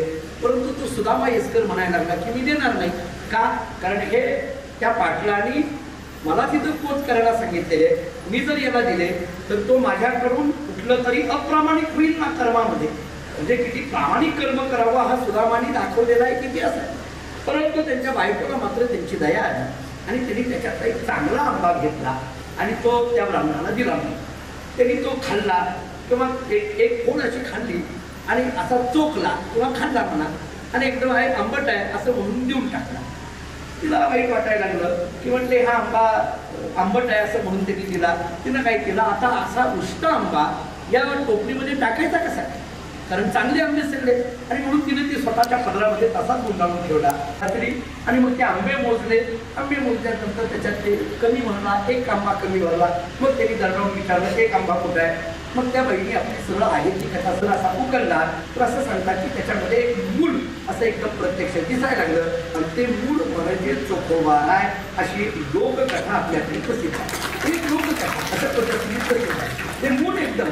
आणि मग आता ते आंबा जो चोखलेला होता त्या चोखलेल्या आंब्यापासून ते मूळ जन्माला आलेला आहे, म्हणून चोखोबा असं त्यांचं नाव ठेवलं. असा एक लोककथेचा संदर्भ चोखोबाऱ्यांच्या चरित्राच्या दृष्टीने दिला जातो. म्हणून मी म्हटलं की एका अंगाने त्या अंगाने ती कथा म्हणून आपल्याला वऱ्यांच्या जर कुठल्याच कथा आम्हाला ऑथेंटिक पद्धतीने आमच्या समोर येत नसतील, तर ही जी आलेली लोककवनातून आणि लोकवचनातून आलेली लोककथा नामदेवांचं ते वचन आहे असा एक संदर्भ अन्य ठिकाणी आपल्याला दिसून येतो. तर ही लोककथा आपल्याला मान्य करायला हरकत नाही. कोणी असं म्हणतं तो आंबा तिनं खाल्ला म्हणून मग गर्भधारणा झाली आणि चोखोबाईचा जन्म योनीच पद्धतीने झाला असाही कुणी त्याला एक निर्वाळा दिला. जे काही असेल ते असेल, पण चोखोबाईचा जन्म असा आहे असा लोककथेतूनही दाखला दिला. ठीक आहे, चोखोबाईचा जन्म बालपण हे बालपणासारखंच. आणि मग मेहुणा राजाहून हा जो असणारा सुदामा येसकर आणि त्याची बायको आपल्या मुलाला सुद्धा पंढरीच्या वारीला घेऊन आले. आणि पंढरीच्या वारीला घेऊन आल्यानंतर इथली चंद्रभागा, इथलं पंढरपूरचं ते वातावरण आणि ते पांडुरंगाचं असलेलं सावळं रूप हे बघून त्या चोखोबाला अगदी मन हरवून गेलं. आणि चोखोबाने आपल्या वडिलांना सांगितलं की आता इथंच थांबायचं, आपण जायचं नाही. तो काळही असा होता की बहुतांशी लोक ज्या भागात जातील तिथंच राहायची आणि तिथंच संसार चालायचा. काही वेगळं अशा पद्धतीने आपली तिथं जागायचं आहे का, पाहुणेच आहेत का, जमिनीच आहे का असा काही विचार करत नसत. त्या काळामध्ये जिथं आपल्याला मिळेल, वाटेल, आनंद वाटेल तिथं ती लोक राहायची. चोखोबाऱ्यांचं बालपण पंढरपुरामध्ये गेलं आणि हळूहळू चोखोबाराय अशा पद्धतीने मोठे होऊ लागले. आणि चोखोबाऱ्यांचा जो अंतःकरणाचा जो भाव आहे तो भाव, भक्तीचा भाव वाढू लागला. पण हे करत असताना आपली जी कर्म प्रवृत्ती आहे ती चोखोबाऱ्यांनी कधी सोडली नाही. आणि त्याला धरून आपला जो भक्तीचा, ज्ञानाचा विचार आहे तोही चोखोबाऱ्यांनी कधी सोडला नाही. आणि मग प्रसंगी चोखोबाऱ्यांनी आपल्या अंतःकरणातल्या भावना, समाजाने केलेले अनेक पद्धतीचे छळ, आपल्या अंतःकरणातली कर्मज्ञान भक्तीची भावना चोखोबाऱ्यांनी अभंगाच्या माध्यमातून समाजाच्या समोर, एकंदरीत देवाच्या समोर मांडायला सुरुवात. आणि मग ती काळातील, म्हणून मी म्हटलं ती समाज व्यवस्था, ती चातुर्वर्णी व्यवस्था आणि त्या काळातून होणारा त्रास, या सगळ्यांचा होणाऱ्या त्रासाची खंत चोखोबाऱ्यांनी बोलायची तरी कुणाचं. मला असं वाटतं की आपल्या अंतःकरणातल्या भावना कोणाजवळ बोलाव्या की जो ऐकून घेतो आहे त्याच्याजवळ, आणि ऐकून त्याचं हृदय द्रवीभूत होतं त्याच्याजवळ. बऱ्याचदा काही माणसं ऐकून घेण्याच्याच तयारीत नसतात. त्यामुळे आपलं अंतःकरण मोकळं कोणाजवळ करावं. मुळात अंतःकरण मोकळं करता आलं पाहिजे, मोकळं करता आलं पाहिजे, कुठंतरी बोललं पाहिजे.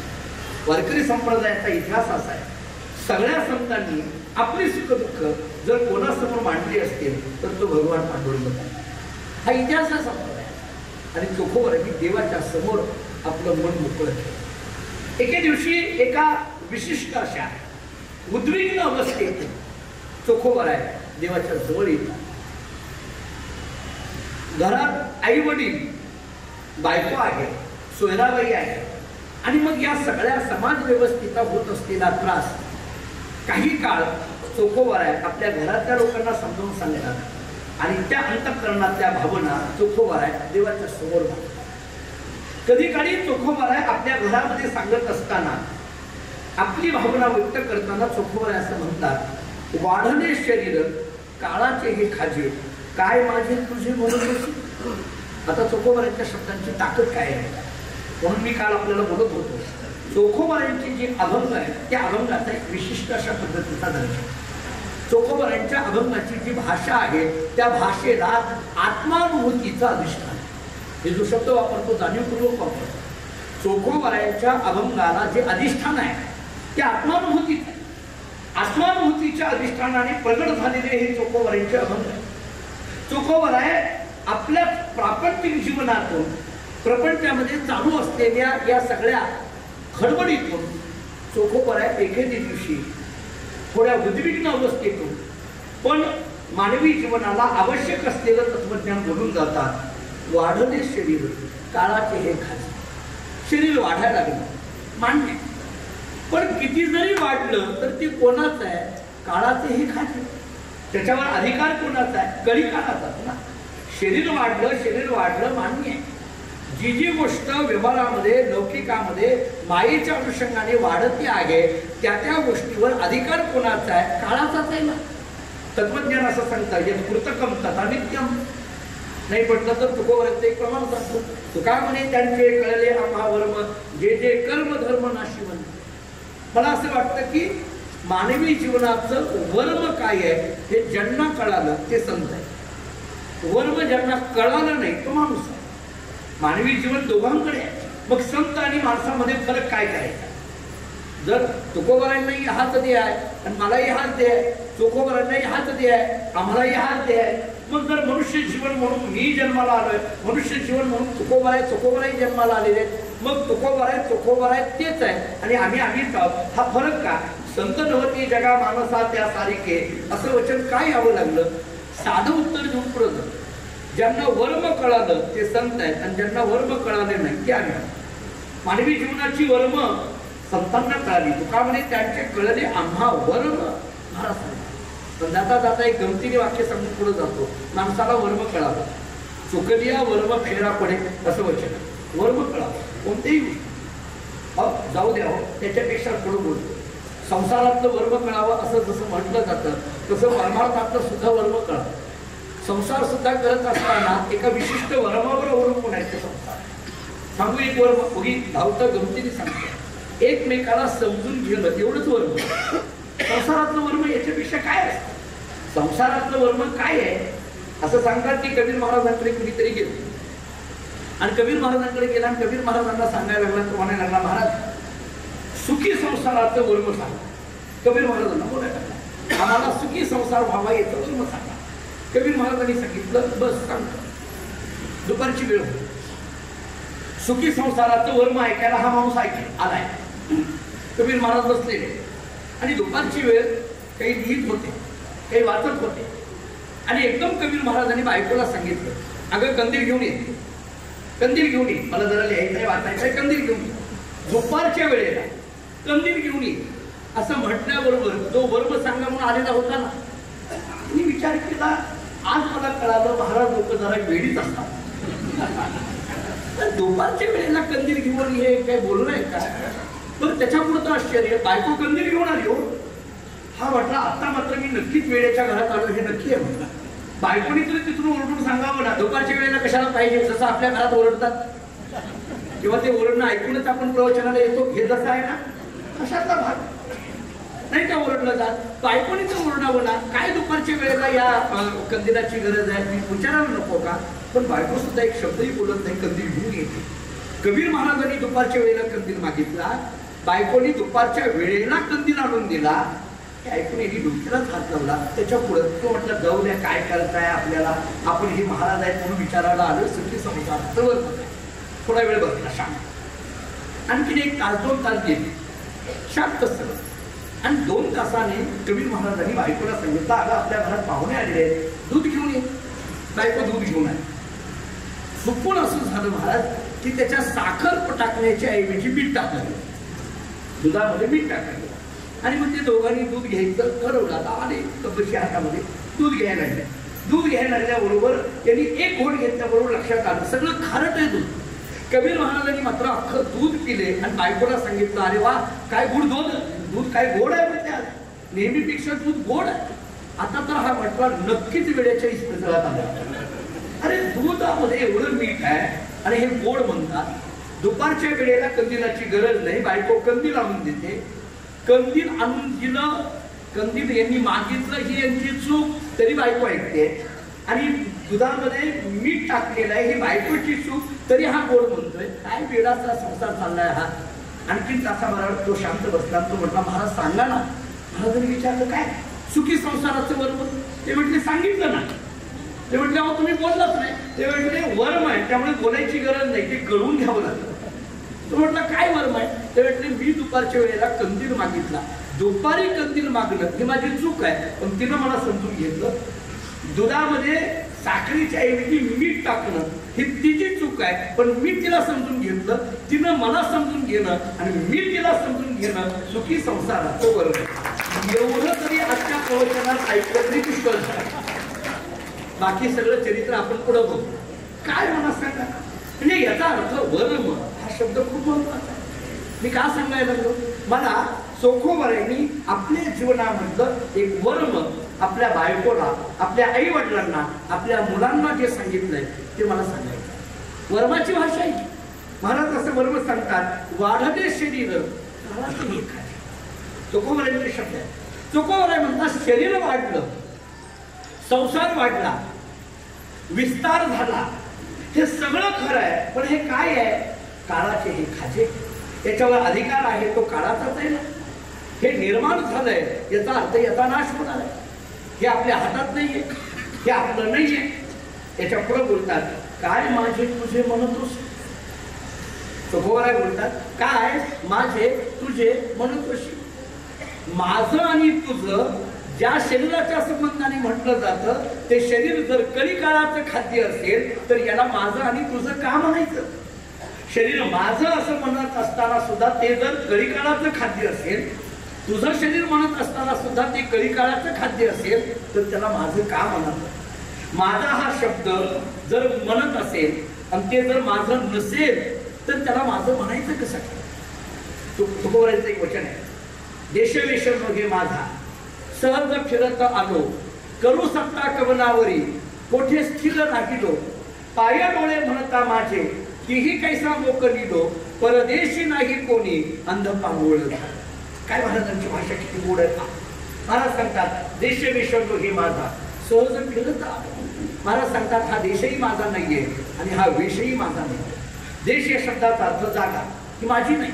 मला कधी कधी हा अभंग तुकोबरांचा ऐकताना आश्चर्य वाटतं.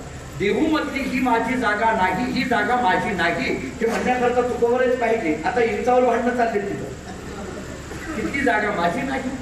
वेश या शब्दाचा अर्थ देह, हा देह माझा नाही. का माझा नाही म्हटलं, मी नाथराईंच्या भागवतातला एक आधार देतो. नाथराईंनी असं सांगितलंय, हे माझं का नाही म्हणायचं, त्याचं कारण असं आहे, जे अनेकांच्या मालकीचं असतं त्याच्यावर कोणी एकाने मालकी हक्क सिद्ध करायचं नसतं. आपल्याकडे एक जुना काळातला शब्द आहे, जी सामायिक वस्तू असते त्याच्यावर कोणी एक जण म्हणत नाही हे माझं आहे. 5 शेतकऱ्यामध्ये विहीर असते त्याला सामायिक विहीर म्हटलं जातं, ती 5 जणांची आहे, त्याच्यावर कोणी एकाने माझं म्हणायचं नसतं. तसं या देहावर अनेकांचे अधिकार आहे. एकनाथ महाराज सांगतात, आई मुलाच्या संबंधाने म्हणते हा देह माझा, वडील म्हणतात हा देह माझा, बायको म्हणते हा देह माझा, या देहातला जीव म्हणतो हा देह माझा, आणि स्मशानातली चिता सुद्धा म्हणते हा देह माझा. पण इतके जर माझे माझे म्हणत असतील तर तुकोबाराय म्हणतात मी कशाला माझं म्हणून, देशवेश हे माझा. कोणीतरी तुकोबाराला विचारलं मग इथं आलातच कसं काय. तुकोबाराय सांगतात सहज फिरत आलो, सहज फिरत आलो. मला कधी कधी आश्चर्य वाटतं, असं वाटतंय फिरत येण्याला सहज शब्द हा फक्त तुकोबारायकडूनच येऊ झाला. हे फिरणं म्हणजे जन्म मरणाचं आहे. हे फिरणं म्हणजे या गावावर त्या गावाला गेलो असं नाहीये, पण या जन्म मरणाच्या फिरण्याला तुकोबाराय सहज म्हणतात. बरं ठीक आहे. कोणीतरी महाराजांना विचारलं, महाराज आलेला आहात ना, मग राहा ना, मग जायचं जायचं असं का म्हणायला लागला. महाराज म्हणतात राहिलो असतो पण करू सत्ता कवनावरील कोठे स्थिर राहील. कोणावर सत्ता करायचं, मला जायचं म्हणतात कोणावर सत्ता करायचं. महाराजांनी विचारलं महाराज का हो कोणी ऐकत नाही का, गावातले ऐकत नाही का, घरातले ऐकत नाही. काही काही लोकांना असं वाटत असतं गावातील सगळ्या लोकांनी माझं ऐकावं, पण गावातील म्हणत असतात घरातले ऐकतात का बघ, मग गावातल्याचा विचार करू. गावातली ऐकत नाहीत का, घरातले ऐकत नाही. तुकाराम महाराजांनी सांगितलं गावातलं सोडा, घरातलं सोडा, ज्या इंद्रियांना मी माझं म्हणायला लागलो ती इंद्रियच माझं ऐकत नाही. पाय डोळे म्हणता माझे, माझा शब्द माझे त्याच्यावर आहे, पाय डोळे म्हणता माझे तीही कैसा पोकळी. मी म्हणायला लागलो माझे पाय, मी म्हणायला लागलो माझे डोळे, मी म्हणायला लागलो माझे कान, मी म्हणायला लागलो माझे हात, पण हे आपले इंद्रिय आपलं ऐकतात का सांगा. आपले पाय आपलं ऐकतात का सांगा. जर आता असं ऐकत असतील तर आत्ताच पायाला सांगा कीर्तन होईपर्यंत, प्रवचन होईपर्यंत हाणायचं नाही. मी बघतो मंगळवेळातले पाय कसे खुर्च्या असतील तरी सुद्धा पाय किती आपले वळवळ करतात. एकदा पाय पुढं करतात, एकदा मागं करतात, एकदा इकडं करतात, एकदा तिकडं करतात, एकदा मांडी घातली जाते, एकदा खाली जाते. पायाचं कायम चालू असतं. बरं हाताचं वेगळंच असतं, हस्त व्हायचे ते खेळा. नाथ भागवत सांगतो बघा माणसं अशी गमतीची असतात, मागचा माणूस पुढच्या माणसाला डोचत राहतो. त्याचं कारण हात गप बसत नाही. मी नाशिक भागामध्ये गेलो, एका माणसाला मुद्दा पटला प्रवचनाचा की चापट मारायची सवय होती, स्वतःच्या मांडीवर नाही दुसऱ्याच्या. माणसाच्या हाताच्या सवयी हसवायची खेळा पाय डोळे उडता माझी तीही कैसा मोकलिलो. आणि मग महाराज म्हणतात परदेश नाही कोणी अंध पांगुळ. याचा अर्थ हे सगळं जर मला सोडून जाणार असेल तर याचा अर्थ हे माझं नाही. चोखोवाला सांगतात वाढवणे शरीर काळाचे हे खाजे काय माझे तुझे म्हणून तुझे काय माझं तुझं म्हणावं. कारण हे जर सगळं कळी काळाचं खाद्य असेल, या सगळ्यावर जर हे बाकीचा अधिकार असेल तर चोखोवाला म्हणतात मी कशाला म्हणून माझं. एवढ्यावर चोखोवाला समजत नाही. आसमोनी नसणे संसाराची ठाई हाची बोध पाही मना घ्यावा. काय बोध दिलाय चोखोवाला. मी म्हणून म्हटलं चोखोवाल्यांच्या अभंग आवर्जून वाचा. चोखोवाला बोलतात संसारात राहावं कसं. असोनी नसणे संसाराच्या ठाई. काय शब्द आहे. असोनी नसणे संसाराची ठाई हाची बोध पाही मना घ्या. हाच मनाने बोध घ्यावा. मनाने बोध काय घ्यावा. असोनी नसणे संसाराची ठाई. संसारामध्ये राहावं का न राहावं. संसार दुःखमुळे आहे, नामुक आहे, तमुक आहे, काही प्रमाण आपल्या दुःख बांधवडी आहे हा संसार किंवा संसार दुःखमुळे चौकडे इंगळ सगळं काय. मग नेमकं काय करायचं तर महाराज सांगतात या संसारात असावं पण नसावं. संसारात असावं पण नसावं. असोनी नसणे संसाराचे. संसारात असूनही नसल्यासारखं राहावं. संसारात राहू नये असं नाही, राहावं पण नसल्यासारखं राहावं. हे नेमकं काय. हे कसं शक्य. मी काल परवा बोललो होतो, कालच इदम नमम या वृत्तीने संसार हाची बोध मना पाही घ्यावा. हे महाराजांचे शब्द. वानप्रस्थ आश्रम तुम्ही ऐकून आहात. ब्रह्मचर्य आश्रम, गृहस्थाश्रम, वानप्रस्थाश्रम, संन्यासाश्रम. याच्यामध्ये श्रेष्ठ आश्रम कोणता हे सांगताना धन्यो गृहस्थाश्रम हा असं शास्त्राचं वचन. गृहस्थाश्रम श्रेष्ठ. याचं कारण राहिलेले 3 आश्रम हे गृहस्थाश्रमावर अवलंबून. गृहस्थाश्रमावर या 3 आश्रमांची उपजीविका आहे ना. ब्रह्मचर्य आश्रम, वानप्रस्थाश्रम आणि संन्यासाश्रम या 3ही आश्रमांची उपजीविका मात्र गृहस्थाश्रमावर आहे. ब्रह्मचर्य आश्रमामध्ये जी भिक्षा मागितली जाते ती भिक्षा गृहस्थाश्रमी माणसाने जर नाही दिली तर भिक्षा तो जगेल कसा. वानप्रस्थ आश्रमाला जर गृहस्थाश्रमाने नाही सांभाळलं तर तो जगेल कसा. संन्यासाश्रमाला जर गृहस्थाश्रमाने नाही स्वीकारलं तर तो जगेल कसा. आणि म्हणून धन्य गृहस्थाश्रम हा एक. पण याच्यातला कठीण आश्रम कोणता. ब्रह्मचर्य आश्रम, गृहस्थाश्रम, वानप्रस्थाश्रम आणि संन्यासाश्रम याच्यातला जगण्याच्या दृष्टीने कठीण आश्रम कोणता आहे तर मी जो काही थोडा अभ्यास केला त्याच्यातून मला असं जाणवतं वानप्रस्थाश्रम हा कठीण जगण्याकरता कठीण. तुम्ही म्हणाल कसं. मी माझी भूमिका मांडतो, तुम्ही याच्याही पेक्षा वेगळी असेल पण पारखून हो. ब्रह्मचर्य आश्रम ठीक आहे, ब्रह्मचर्य स्वीकार मान्य. गृहस्थाश्रम हेही मान्य, काही नाही अडचण त्याच्यामध्ये. 1 ते 25 मध्ये आपल्याकडे गणित असं सांगितलं जातं जुन्या काळात. 1 ते 25 मध्ये ब्रह्मचर्य असतं, 25 ते 50 मध्ये गृहस्थाश्रम, 50 ते 75 म्हणजे वानप्रस्थाश्रम आणि 75 ते 100 मध्ये संन्यासाश्रम. म्हणजे हे गणित 100 या अंगाने. आता आपण तो विचार करू नका. आता जीवेत शरला शतम सुद्धा म्हणायचं का न म्हणायचं अशी शंका आहे. आणि त्याच्यात ते तुम जो हजारो हे तर खोटच असते. ते बोर्ड पुरतच असते, ते काही खरंच असतं. डिजिटल बोर्डवर वाक्य दिली जातात. पण एक गणित आहे पूर्वीच्या काळात. पण याच्यातला जो वानप्रस्थाश्रम आहे ना तो वानप्रस्थाश्रम म्हणजे महाराजांचं वचन आहे. चोखोवाल्यांचे हे वचन म्हणजे काय आहे. वानप्रस्थाश्रम असोनी नसणे संसाराची ठाई.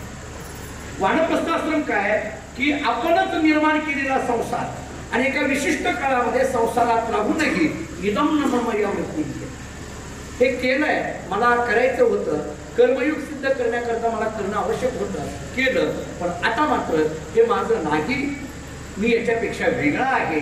या भूमिकेमध्ये येणं, याला वानप्रस्थाश्रम म्हणायचं. ही भूमिका येणं फार कठीण आहे.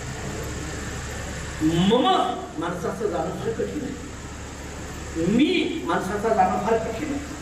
तुकोबरांची वचन अशी आहे, तुका म्हणे आलो सोसीच संकटे, मी माझे ओखटे आहे देवा, येणे मज भोगविल्या खाणी, नसता छंद लाविला मनी, माझलो मी माझे भ्रमणी, झाली ओढणी पिटंबना. अहो त्याच्यापेक्षा पुढे सांगू, संन्यासी म्हणायचं कुणाला? आपण असं म्हणतो भगवे कपडे घातले की झाला संन्यास, भगवे कपडे घातले की झाला संन्यास. आणि तेवढंच जर तुम्ही म्हणत असाल तर तुकोबरांचे शब्द किती कडक आहेत बघा. भगवे तरी श्वान अशी महाराजांची भाषा आहे. अरे भगवे कपडे घातले म्हणजे संन्यासी होतो असं जर म्हणत असाल तर बऱ्याचदा कुत्र्याचाही रंग भगवाचा असतो ना म्हटले. काही वस्त्र ते घातलं म्हणजे आम्ही संन्यासी झालो असं होतं का? नाही. मग ज्ञानोबरांची भाषा ऐका, मी माझी ऐसी आठवण, विसरले दयाचे अंतःकरण, पार्था तोची संन्यासी जाण निरंतर. ज्ञानोबरांचे शब्द किती कडक आहे. ज्ञानोबा ज्ञानेश्वरी आम्हाला सांगते, मी माझी ऐसी आठवण, विसरले दयाचे अंतःकरण. मी आणि माझं हे ज्याचं विसरलेलं आहे, ज्ञानोबा बोलतात त्याला संन्यासी. आणि हे मी आणि माझं जाणं फार कठीण. माझं हा माणसाला कुठेतरी दुःखाला कारण ठरतो. आणि म्हणून चोखोबर असं सांगतात, असोनी नसणे संसाराचे ठाई. माणसाने कसं असावं? असोनी नसणे संसाराचे ठाई. अहो किती गोष्ट आहे. मी अनेक वेळेला मला रामायणातली जी सगळी पात्र आहेत ना, म्हणजे राम आहे, लक्ष्मण आहे, भरत आहे, शत्रुघ्न आहे, किंवा इकडं मंदोदरी आहे, सीता आहे, हनुमंतराय आहेत, पण मी पुन्हा पुन्हा वाचावं वाटेल असं जर पात्र मला तुम्ही विचारलं कोणी तर मला जे वाचावं वाटतं ते शत्रुघ्नाचं पात्र. शत्रुघ्न माझ्या दृष्टीने फारच महत्वाचं आहे रामायणात. तुम्हाला असं कसं काय, राम आहेत, लक्ष्मण आहेत, यांची चरित्र सगळे सांगतात आणि तुम्ही मात्र जे काही माहिती आहे त्या शत्रुघ्नाचं नाव घ्यायला लागला. तुम्ही बघा रामायणाचा शत्रुघ्न कधीतरी बघून घ्या, काय तो शत्रुघ्नाचं कार्य. मला कधी कधी सर असा प्रश्न पडतो, रामाबद्दल आपण बोलतो, लक्ष्मणाबद्दल आपण बोलतो, थोडंफार भरताबद्दल बोलतो, हनुमंतरायाबद्दल भरपूर बोलतो, शत्रुघ्नाबद्दल का बोलत नाही? शत्रुघ्नाने काही केलं नाही का रामायणामध्ये? त्याचं काही काम नाहीये का? मी आपल्याला एक साधा प्रश्न विचारतो, ज्या रामायणाच्या थोड्याफार अभ्यासात. माझा एक साधा प्रश्न, राम लक्ष्मण 14 वर्ष वनवासात होते, भरत 14 वर्ष नंदीग्रामामध्ये होते. तुम्ही अयोध्येला गेल्यानंतर ते नंदीग्राम दाखवलं जातं, तुम्ही बघा आता अयोध्येला गेल्यानंतर दाखवतात. नंदीग्राम म्हणजे काय? अयोध्येपासून 2 किलोमीटरवर एका जागेवर भरतांनी झोपडी बांधून भरत राहिला होता. आपल्याला रामायणात एवढं तर माहित आहे की राम जोपर्यंत वनवासातून माघारी येणार नाही तोपर्यंत मी अयोध्येमध्ये जाणार नाही ही प्रतिज्ञा भरतांनी केली होती. चित्रकूट पर्वतावरची चर्चा काही सफल झाली नाही तेव्हा भरतजी माघारी येतात, त्या पादुका घेऊन येतात, पादुका शत्रुघ्नाच्या हातात देतात आणि शत्रुघ्नाला त्या घेऊन जायला लावतात अयोध्येमध्ये. पण आपण मात्र बाहेर एक कर्णकुटी बांधतात आणि रामासारखं वल्कले धारण करून कंदमुळावर 14 वर्ष शत्रुघ्न राहतात, असं भरत राहतात, असं भरताचं चरित्र आहे. माझा प्रश्न असा आहे, राम लक्ष्मण जर 14 वर्ष वनवासात होते आणि भरत 14 वर्ष अयोध्येच्या बाहेर नंदीग्रामामध्ये होता तर अयोध्येचं राज्य 14 वर्ष कोणी सांभाळलं? अयोध्येतील प्रजेच्या सुखदुःखामध्ये 14 वर्ष कोण सहभागी होतं? जरा पुढचा प्रश्न विचारतो, कौसल्या, सुमित्रा आणि कैकेयी या तीनही मातेंची सेवा 14 वर्ष कुणी केली? तर या प्रश्नाचं एकच उत्तर येईल, त्याचं नाव शत्रुघ्न. या प्रश्नाचं एकच उत्तर येईल. भरत तिथं नाहीये, राम लक्ष्मण तिथं नाहीये, पण या 14 वर्ष प्रजेच्या सुखदुःखामध्ये जे सम्मिलित झाले त्यांचं नाव शत्रुघ्न. त्याचा अर्थ शत्रुघ्नाने 14 वर्ष अयोध्येची सेवा केली. पण एक वाक्य सांगू, कोणत्याच रामायणामध्ये असं लिहिलेलं नाहीये की शत्रुघ्नाच्या मुखात अशी भाषा आहे की मी 14 वर्ष हे राज्य सांभाळलं, मी 14 वर्ष प्रजेची सेवा केली, असं कुठंही लिहिलेलं दिसत नाही. शत्रुघ्नाच्या मुखात हे शब्द नाही. एक वाक्य सांगू, 14 वर्ष सेवा करूनही मी केलं असं कधीही म्हणत नाही. जरा एक वाक्य पुढचं सांगू, जी माणसं काम करत असतात ती मी केलं असं कधी म्हणत नसतात आणि जी मी केलं असं म्हणतात बहुतेक ती करत नसतात. असं मी माणसाचा मोठा घातक आहे. शत्रुघ्न 14 वर्ष करतोय पण मी केलं असं म्हणत. तरी मला सर असं वाटतं की रामायणातून हे शत्रुघ्न नावाचं पात्र इतकं दुर्लक्षित का राहिलं? का त्या शत्रुघ्नाचा विचार एवढा केला नाही? माणसाची गंमतच अशी आहे, मंदिराच्या कळसाचे फोटो काढतात पण पायाकडे कुणी लक्ष देत नाही. माणसाची गंमतच नाही. नाहीतर दुसरं उदाहरण देऊ, लग्नामध्ये काम करणारी कामच करत राहतात आणि न काम करणारी जेवण करून फोटो काढून निघून जातात. लग्नात ती तरी काय परिस्थिती, ज्याचा फोटो लग्नात निघत नाही नक्की ओळखायचा हा पत्रावळी उचलायला होता, तो कामच करतो विचार, तो फोटोकडे बघत नाही, तो झटत राहतो लग्नामध्ये. ही जर व्यवहाराचं उदाहरण आहे तर रामायणाची ही स्थिती आहे. रामायणामध्ये शत्रुघ्न नावाचं पात्र. आता मला त्याच्यापेक्षा पुढचं बोलायचं, मला जो सांगायचा आहे, चोखोबरांनी मांडलेलं जीवनचरित्राचं तत्वज्ञान, जीवनाचं तत्वज्ञान आणि चोखोबराय जे मांडतात त्याच्याकरता दिलेलं मी उदाहरण हे रामायणाचं शत्रुघ्नाचं आहे. का मला त्याच्या पुढे असं मांडायचं आहे, एक आमच्यावर असं कानावर आहे किंवा आम्ही रामायण असं ऐकलंय, समोर राजगादीचा त्याग करून राम आणि लक्ष्मण 14 वर्ष वनवासात गेले. मान्य, किती मोठा त्याग आहे रामाकडे आपण म्हणतो, मान्य आहे.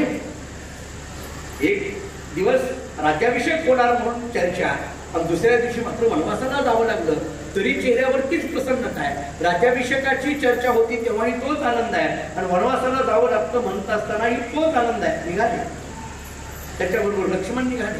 मान्य. भरत 14 वर्ष अयोध्येचा त्याग करून नंदीग्रामामध्ये राहतो. किती मोठा त्याग आहे, मान्य, मला हेही मान्य. पण मला असं म्हणायचं, राम लक्ष्मण आणि भरत या तिघांकडे तर त्याग आहेच आहे, पण या तिघांपेक्षा सुद्धा त्यागाची भावना काकणवर अधिक कोणाची असेल तर ती शत्रुघ्नाची. म्हणाला असं कसं काय, पुत्र अयोध्येत राहत होता आणि त्याच्याकडे कशी काय त्यागाची भावना, सांगतो. अयोध्येत राहत होते, मान्य. मला एक साधा प्रश्न विचारायचा आहे, ही जी काही राजसिंहासन होतं, राजगादी म्हणा, राजसिंहासन म्हणा, आणि फारच ऐकायला जड चाललं तर खुर्ची म्हणा, म्हणजे ते आपल्याला जरा जास्त माहिती आहे कारण धावपळ त्याचीच चालली असते. आता खुर्ची म्हणा, ती जी खुर्ची आहे ती राजगादी आहे, ते जे राजसिंहासन आहे, 14 वर्ष ते राजसिंहासन राम आणि लक्ष्मणाच्या डोळ्यासमोर होतं का? 14 वर्ष नाही ना. अहो, ते दंडकारण्यामध्ये कुठल्या दक्षिणेकडे गेले, लंकेपर्यंत गेले. 14 वर्ष अयोध्या डोळ्यासमोर आहे का? नाही. ती राजगादी तर डोळ्यासमोर आहे का? नाही. 14 वर्ष ते एकदाही त्यांना बसावं वाटलं नाही, मनात आलंच नाही त्यांच्या राजगादीवर बसावं. अरे आपण राजगादीवर बसणार होतो, कुठं वनवासात निघालो असं एकदाही वाटलं नाही. राजगादीवर बसणार वाटलं नाही, राजगादी डोळ्यासमोर नव्हती, त्यांना वाटलंही नाही. भरत 14 वर्ष नंदीग्रामामध्ये होता, एकदाही त्याच्या मनामध्ये आलं नाही की दोघंही भाऊ नाही तर आपण जाऊन बसावं, आलं नाही. 14 वर्ष तो बाहेर आहे, राजगादी त्याच्या डोळ्यासमोर नव्हती आणि त्याला बसावं वाटलंही नाही, हेही मान्य. पण मला शत्रुघ्न का महत्वाचा वाटतं, 14 वर्ष अयोध्येत राहत असताना ही राजगादी अशी आहे आणि समोरून 14 वर्ष दिवसातून 10-15 वेळा तरी फेऱ्या मारणारा तो शत्रुघ्न, पण 14 वर्ष राजगादी डोळ्यासमोर असूनही एकदाही मला राजगादीवर बसायचं आहे असं मनात न येणारा शत्रुघ्न मला या सगळ्यांपेक्षा काकणवर अधिक वाटतो. समोर आहे तरी मला वाटत नाही. किती शत्रुघ्नाची मानसिक स्थिती ती किती स्ट्रॉंग आहे, किती प्रगल्भ आहे वैचारिक पात्र. एकदाही मनामध्ये भाव येत नाही हे माझं आहे. आता हे दोघं नाही येत ना, तिघं नाही येत ना, तिथं राम नाहीये, लक्ष्मण नाहीये, भरत नाहीये. समजा शत्रुघ्न बसलाच असता, कोणी अडवलं असतं त्याला? कोणी अडवलं असतं 14 वर्ष? कारण जी भांडण ज्यांच्यामुळे भांडणं होतात भावाभावातले ते भाऊ इथं कोणच नाही येत ना. पण शत्रुघ्न म्हणतोय ही गादी माझी नाही, माझ्या डोळ्यासमोर जरी असली तरी ही माझी नाही. या गादीवर बसायचा अधिकार माझ्या थोरल्या भावाचा रामचंद्र प्रभूचा. याचा अर्थ हा जो मनामधला विचार आहे तिथं असूनही ते माझं नाही असा जो विचार आहे. चोखोबाई जीवन जगत असतानाची कला सांगतात, असोनी नसणे संसाराची. ते जे असोनी नसणे संसाराचे ठाईले हाची बोध पाहिजे मना घ्यावा. जन्मला देह पोशिला सुखाचा काय भरवसा याचा आहे. चोखोबाईंचे पुढचे शब्द कसे बघा. जन्मला देह पोशिला सुखाचा काय भरवसा याचा आहे. देह जन्माला आला, सुखाने पोचला, त्या देहाला काय काय लागतं सुखवस्तू पोचण्याकरता त्या सगळ्या दिल्या. तरी एक प्रश्न निर्माण करून टाकला चोखोबाईंनी, याचा काय भरवसा आहे ज्याच्याकरता आम्ही सुखा एवढी धडपड केली, ज्या देहाकरता सुख व्हावं याच्याकरता पोचण्याकरता रात्रंदिवस मी पळालो. तुकोबाराय बोलतात पण याचा काय भरवसा, का क्षणभंगूर नाही भरवसा, त्याचा काय भरवसा. नाशिवंत देह जाणार सकळ, आयुष्य खातो काळ सावधा, काय भरवसा देता येईल सांगा. ज्याला अगदी भरवसा शब्द नाही कळाला तर इंग्रजीतला शब्द वापरतो. काय गॅरंटी याची, काय गॅरंटी याची. आमचे वडील एक वाक्य सांगत असतात. आता सरांनी, ढोळे सरांनी, कालमी सरांनी माझ्या वडिलांना ऐकलंय. आमच्या वडील एक गमतीने म्हणत असतात, चपलीची गॅरंटी आहे पण शरीराची नाही. आता त्यांचं बोलणं तेवढ्या ताकदीने बोलणं, काय गॅरंटी आहे सांगा. नाही ना. माझ्यापेक्षा आपण जाणती मंडळी आहात, ज्येष्ठ आहात, श्रेष्ठ आहात, विद्वान आहात. आपणच नो गॅरंटीचा मान एकच आहे या जगात, आणि हा देव. बाकी सगळे देवाबरोबर जे आपलं हृदय मोकळं करतात ते कसं करतात बघा. तुकोबाराय बोलतात, नको मज मान अथवा अपमान, दोहीचे कारण मज नाही. हे तुकोबारायचे शब्द कसे आहेत. तुकोबाराय बोलतात, पांडुरंगा नको मज मान, नको मज अपमान. नको मज मान आणि नको मज अपमान. मला अपमान नको. अपमान नको म्हणणारे तर सगळेच आहेत. तुकोबारायांनी म्हटलं त्यात काय नवल आहे. पण तुकोबाराय सुरुवातच करतात नको मज मान. आता हे कोणाला आहे नको. नको मज अपमान म्हणणारे पुष्कळ आहे, पण नको मज मान म्हणणारे कुठे आहेत. दुर्लभ आहे, दुर्मिळ आहे.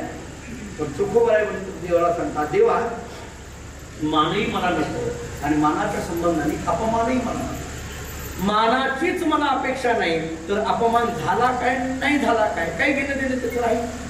त्याचं कारण काय.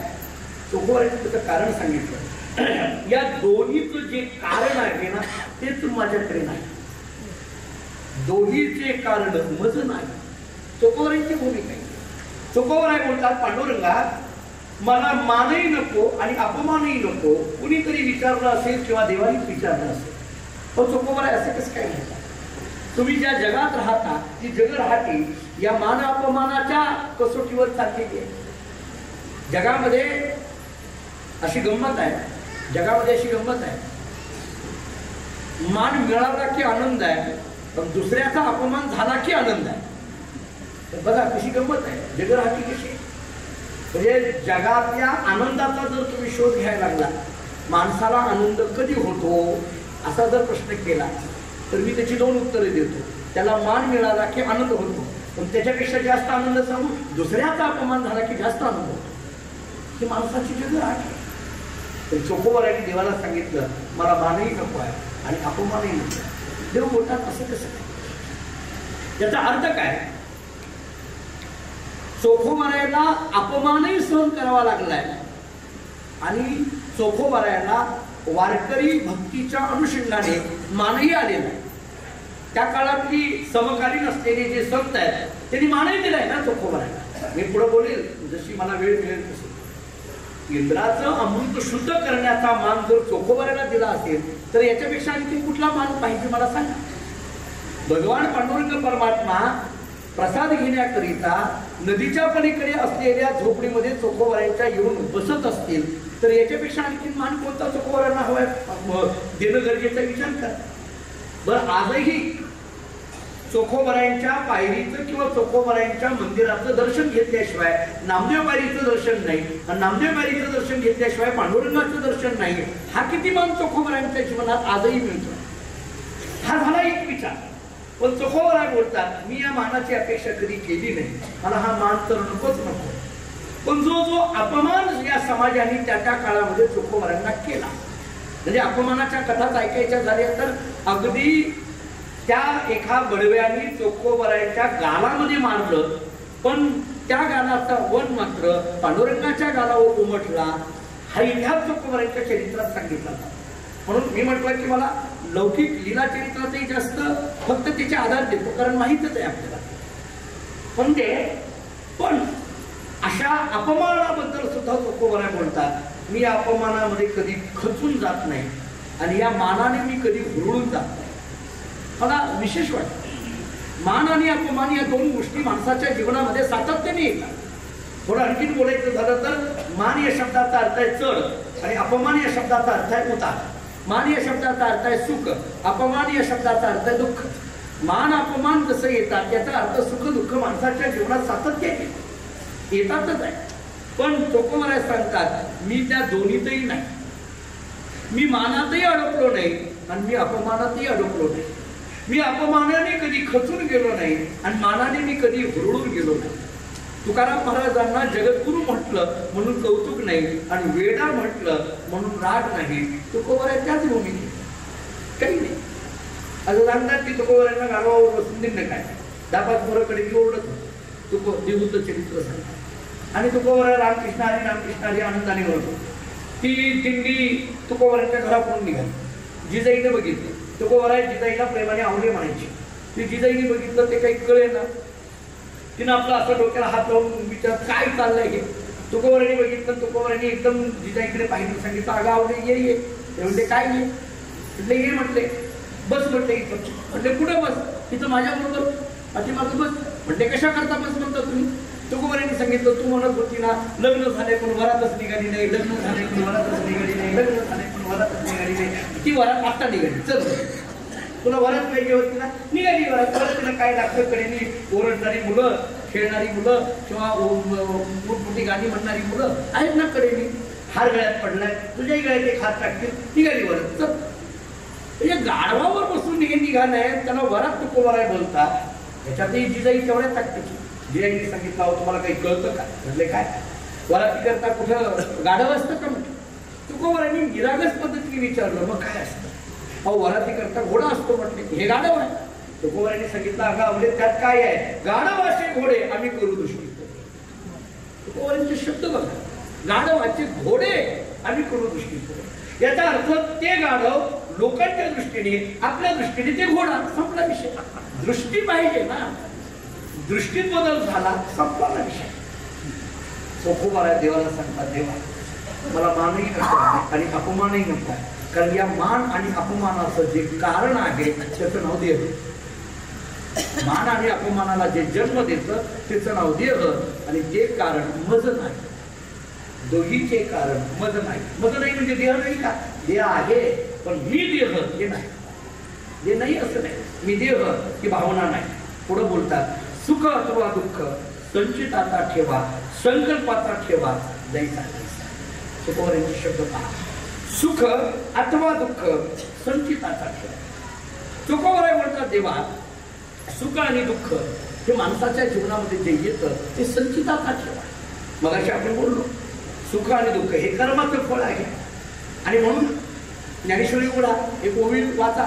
सुखी संतोषानं यावे दुःखी विषादा न बजावे लाभालाभ न धरावे मना माझे. या भूमिकेमध्ये सुख आणि दुःख हा संचिताचा ठेवा आहे. संकल्पाचा ठेवा जैसा तैसा. आता मनात विकल्पही नाहीये आणि मनात संकल्पही नाहीये. आता मी देह असंच म्हणत नसल्यामुळे सुखही नाहीये आणि दुःखही नाही. तुकोबरायांचे एक अभंग आहे. देह भाव हरपला तुझं पाहता विठ्ठला कळो नये सुख दुःख लहान हरपणे. शेक्सपियरचे एक वाक्य. शेक्सपियरने एका ठिकाणी फार गोड वर्णन केलं. शेक्सपियर असं म्हणतो तेही राजे आहेत मीही राजा आहे. तेही राजे आहेत मीही राजा आहे. त्यांच्याही डोक्यावर मुकुट आहे माझ्याही डोक्यावर मुकुट आहे. त्यांच्या डोक्यावरचा मुकुट हा सोने चांदी हिऱ्यांचा आहे. माझ्या डोक्यावरचा मुकुट हा सुख समाधान शांती. शेक्सपियर म्हणतो तेही राजे आहेत मीही राजा आहे. त्यांच्याही डोक्यावर मुकुट आहे माझ्याही डोक्यावर मुकुट आहे. त्यांच्या डोक्यावरचा मुकुट हा सोने चांदी हिऱ्यांचा आहे.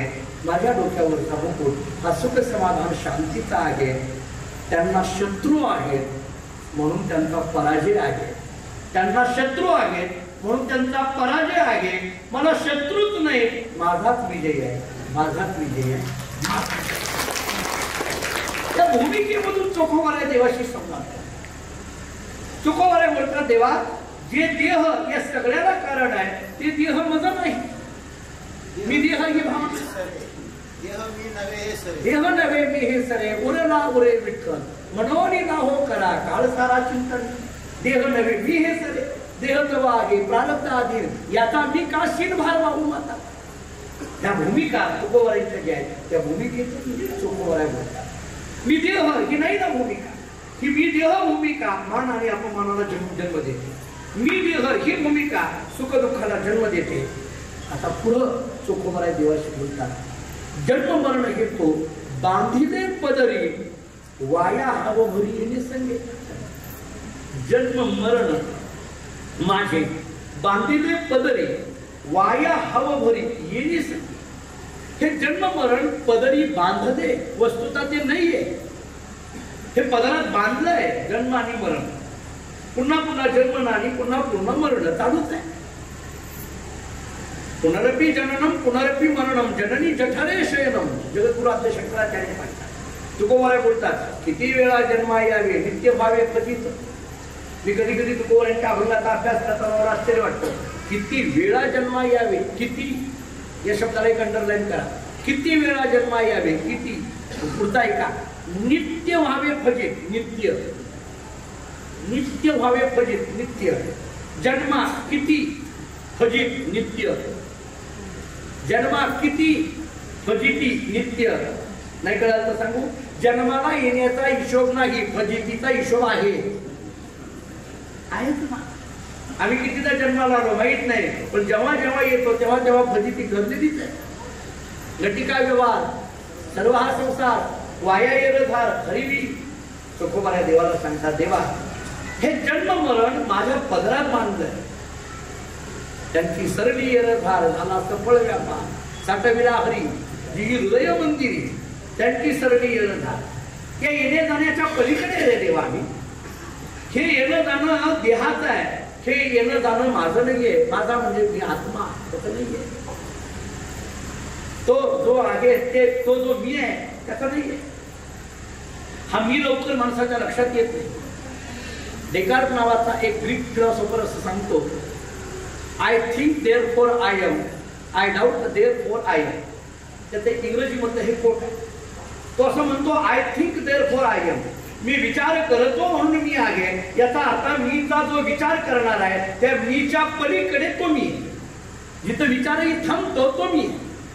विचार करणारा मी वेगळा आणि जिथं विचारही पोहोचू शकत नाही तो मी. कारण विचार करणारा मी त्या मी पासून वेगळा राहणार आहे. कारण मीचा विचार करणारा मी आहे ना. हा बघा पडतंय का. शॉपेनहावर नावाचा एक तत्व आहे. ग्रीक तत्व येतं. आम्ही वेळा असताना त्याचं तत्वज्ञान आम्हाला अभ्यासाला होतं. शॉपेनहावर असं त्याचं नाव. मोठा तत्व येता मोठा व्याख्यान. एके दिवशी एका बागेमध्ये जाऊन बसतात. आता तत्व येतात ध्यानमग्न चिंतनाची सवय. एका बागेमध्ये जाऊन बसली. बसल्या बसल्या एका झाडाखाली बसले आणि शांतपणे विचार करत राहिले. पुष्कळ वेळ विचार करत राहिले. शांत बसले. बाग बंद करायची वेळ आली. सगळी बागेतली लोक बागेच्या बाहेर पडले. सायंकाळ झाली. तिथला जो वॉचमॅन होता तो मोठ्याने ओरडत होता सगळे बाहेर चला. हा मात्र काय हालायला तयार नाही. वॉचमॅननी मोठ्याने ओरडून सांगितलं त्या झाडाखाली कोण बसलाय चला बाहेर. तरी काही नाही. मोठ्याने ओरडला तरी काही नाही. आजोबा तजोबा बोलायला सुरुवात केली वॉचमॅननी. कळत नाहीये का घरातून वैतागून येऊन बसलात का. घरी जाऊ वाटत नाहीये का. बाग बंद झालेली कळत नाही का. सायंकाळ झालेलं समजत नाहीये का. असं कुठं निवांत बसायचं असतं का. निवांत बसायची ही काही जागा आहे का. असलं तसलं बोलायला लागला. तरी शॉपेनहावर शांत आहे. शेवटी कोण आहे विचारलं तरी उत्तर येईना. अहो नाव तरी सांगा की तरी उत्तर येईना. रागाच्या भरामध्ये बॅटरी घेतली ऑन केली आणि बघितलं कोण आहे. त्या बॅटरीच्या प्रकाशामध्ये तो चेहरा पाहिला बरोबर तो वॉचमॅन एकदम घाबरून गेला. जवळ गेला. हात जोडले आणि विचारला अहो तुम्ही तर जगप्रसिद्ध तत्व येते शॉपेनहावर आहात. तुमची व्याख्यानं ऐकण्याकरता काही वेळेला मला जागा मिळाली नाही. मी उभारून व्याख्यान ऐकले. मी एवढा वेळ झालं तुम्हाला म्हणतोय कोण आहे कोण आहे कोण आहे. तुम्ही जर एकदा म्हटलं असता मी शॉपेनहावर आहे तर मी आजवा तत्वा बोललो नसतो. मी तुम्हाला नको त्या शब्दात बोललो नसतो. उलट तुमच्या चिंतनाकरता लागणारी अन्य व्यवस्था मी केली असते. तुम्ही का म्हटला नाही मी शॉपेनहावर आहे. का म्हटला नाही. शॉपेनहावरने एकच उत्तर दिलं मी शॉपेनहावर आहे. हे म्हणणारा मी कोण आहे याचाच मी विचार करत होतो. तर तुला कसं नाव सांगितलं. मी कोण आहे याचा विचार करत त्या मीला शोधत होतो. मग मी मला शोधत असताना मी अमुक आहे असं कसं सांगू शकेल. याचा अर्थ तुकोबारा बोलतात देवा हे जे जन्म मरणातला तुला जो मी दिसतोय त्या मीच्या पलीकडे मी आहे. या जन्म मरण माझ्या पदरात बांधलंय. कुणी बांधलं? कर्माने बांधलं. कारण मनुष्य जन्म किंवा काय जे आहे हे कर्म आहे ना, याला कारण कर्माची दिली जातात ना. आणि म्हणून कर्म प्रवृत्तीतून हे जन्म मरण माझ्या ठिकाणी बांधलंय. वाया हवं भरी गेली संगे, वाया हवं भरी गेली संगे. आणि या देहामुळे वायफट हवं भरी चालू आहे. हाव हा शब्द किती जाणीवपूर्वक वापरला. भाव करतोय. लाभाची असोसे पुढे चाले म्हणा, धनाचा कुरपणा लोभ जायचा तुकोरीचा शब्द आहे. लाभाची असोसे इथं मिळेल, तिथं मिळेल, हे मिळेल, ते मिळेल, चालूच आहे. पूर्वीच्या काळामध्ये घोड्यावर बसून प्रवास असायचा. 5-50 किलोमीटर 100 किलोमीटर गेलं की ते घोडं थकायचं. 100 किलोमीटर गेल्यानंतर घोडं थकायचं आणि थांबायचं. त्या मालकाला वाटायचं की आता हा थांबला तर पुढे प्रवास कसा करायचा. मग काय करायचं त्या मालकाने, एक गवताची पेंडी, हिरवीगार गवताची पेंडी त्या घोड्याच्या डोक्यावर बांधायची. कशी बांधायची? घोड्याच्या डोळ्याला दिसावी पण तोंडात जाऊ. कळालं का? बघा, डोळ्याला दिसावी पण तोंडात जाऊ. त्या घोड्याला असं वाटायचं हे गवत आपल्याला मिळणार आहे, 2 पावलं टाकली की आपल्यालाच आहे. म्हणून ते घोडा 2 पावलं टाकायचा, तशी ती गवताची पेंडी पुढं. आणखीन 2 पावलं टाकायचा, तशी गवताची पेंडी पुढं. आणखीन 2 पावलं टाकायचा, तशी गवताची पेंडी पुढं. आणखीन 100 किलोमीटर घोडं चालतं पण गवत काही त्याच्या तोंडाला लागत नाही. मला वाटतं त्या घोड्यासारखीच आपली, त्याच्यापेक्षा काय वेगळी आहे. म्हणून गमतीने म्हणत असतो घोडं 100 किलोमीटर चालतं, गाडो 100 वर्ष जगतं, तेवढंच म्हणेल. बाकी काय? धनाची आहे ते चालत नाही. मी माझा पदार्थ बोलत नाही, चोखोबाराय बोलतात. वाया हवं भरी गेले संगे. आता शेवटचा विषय चोखोबाराय काय म्हणतात? चोखा म्हणे ऐसा नेहमी येला नाही. चोखोबाराय बोलतात चोखा म्हणे ऐसा नेहमी येला नेमा. त्याची हे वर्म भोगू आता, त्याची हे वर्म भोगू. आता मला कळाले या जीवनाचंच वर्म मला कळालेलं असल्यामुळे जन्म मरण माझ्या पदरात या कर्माने बांधलेलं आहे. सुखदुःखाचे विषय या देहाच्या अनुषंगाने जीवनात येणारे आहेत. मान अपमानाची चर्चा या मानवी जीवनामध्ये सातत्याने होणारी आहे. मी मात्र काय केलं पाहिजे? या मान अपमानाच्या सुखदुःखाच्या या सगळ्यांपासून स्वतःला बाजूला ठेवून जे काही आहे ते पद्धतीने आत्मसाधनेमध्ये राहणं हे माझं कर्तव्य आहे. इतक्या सगळ्या स्थितीमध्ये सुद्धा आपली आत्मसाधना सोडायची नाही. हेच वर्म माझ्या जीवनात आता माझ्या हाताला आलेलं आहे. चोखोबाराय बोलतात समाजाने मला कितीही हिरवू दे, टाकून देऊ दे, लोकांनी मला नावं ठेवू दे, नको नको ती कामं मला सांगू दे. त्या काळात त्या वर्ण व्यवस्थेमध्ये शूद्र म्हणून माझा धिक्कार केलेला असू दे, कोणी स्वतःला उच्चवर्णीय म्हणून माझा तिरस्कार केलेला असू दे. तेव्हा हे सगळं जरी असलं तरी हे सगळं माझ्या देहाच्या संबंधाने चाललंय. पण मला माहित आहे की हा देहच माझा नाही, तर यांनी केलेली चर्चा आणि तक्रारी मी का माझ्याकडे लावून घेऊ? हे वर्म मला सापडलं. जीवन जगण्याचं एक वर्म सापडलं. मी मगाशी म्हणत होतो माणसाला वर्म करा. साधी गोष्ट घरामध्ये साप निघाला आणि मग घाबरतात. मग ते साप पकडणाऱ्याला बोलवतात. मग तो साप पकडणारा आला त्याला त्याच्या ती काही युक्ती वापरली आणि ते साप पकडता निघाला. त्या घर मालकाने गप बसावं. त्या घर मालकाने त्या साप पकडणाऱ्याला विचारलं तुम्हाला हे जमलं कसं काय? आणि तुला काय केलं दिलं आलेच ना नाही, तुम्हाला हे जमलं कसं काय? म्हणते हे कसं काय? एवढा भयानक असलेला साप आम्ही एवढे घाबरून जातो, तुम्ही कसं काय पकडता? त्या साप पकडणाऱ्याने त्या घर मालकाला सांगितलं अहो काही नसतं म्हटलं, फक्त तोंडावर भार द्यायचा. काय करायचं? तोंडावर भार दिला, त्या तोंड दाबलं की झालं काम नसलं. त्या घर मालकाच्या डोक्यात एक असतं तोंड दाबायचं. 6 महिन्यानंतर घरात विंचू निघाला. सांगू का आता प्रवचनात तुझं काय झालं? दाबलं तोंड ते. अहो साधा विचार आहे, सापाच्या तोंडावर विंचवाच्या नांगीवर. हे बरोबर आहे. चोखोबाराय सांगतात देवा मला आता वर्म सापडलेला आहे. चोखा म्हणे ऐसा नेहमी येला निमा.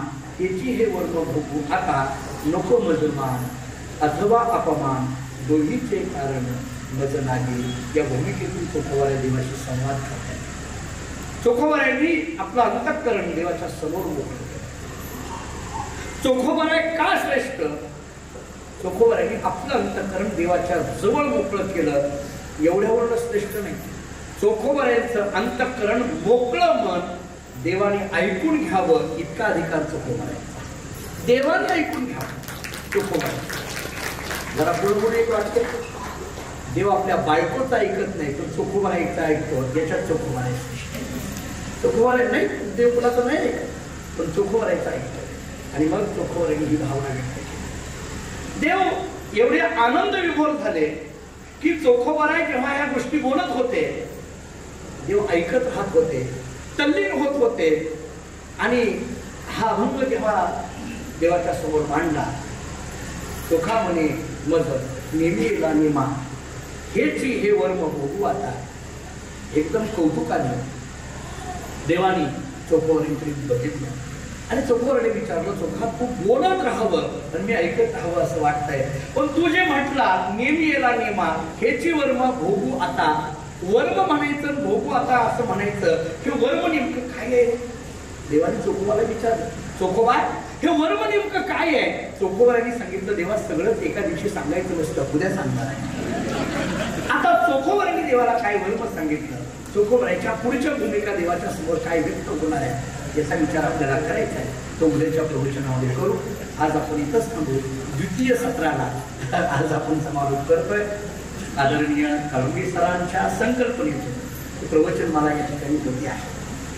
आज प्राध्यापक लक्ष्मणरावजी ढोबळे सर ही लहानपणी त्यांची भाषणं खूप ऐकली म्हणण्यापेक्षा राजकीय सभेला मी त्यांची भाषणं ऐकण्याकरताच जायचं. आज ते इथं उपस्थित आहेत. पुजारी सर आहे, आपण सगळी मोठी मंडळी आहात. आपल्या सर्वांच्या चरणी नतमस्तक होतो.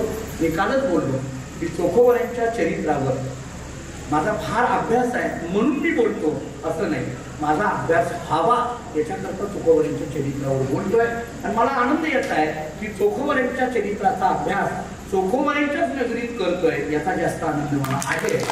माझ्या आयुष्यामध्ये मी चोखोबारांचं चरित्र आतापर्यंत कधी सांगितलं नाही, पण चोखोबारांचं चरित्र सांगण्याचा प्रसंग हा मंगळवेळेच्या भूमीमध्ये येतोय. त्यामुळे पुनश्च एकदा आपल्या सर्वांच्या चरणी नतमस्तक होतो. उद्या संध्याकाळी 6 वाजता पुढच्या तात्विक चर्चेला आपण सुरू करूया. कुंडली कवर घरी ज्ञानदेव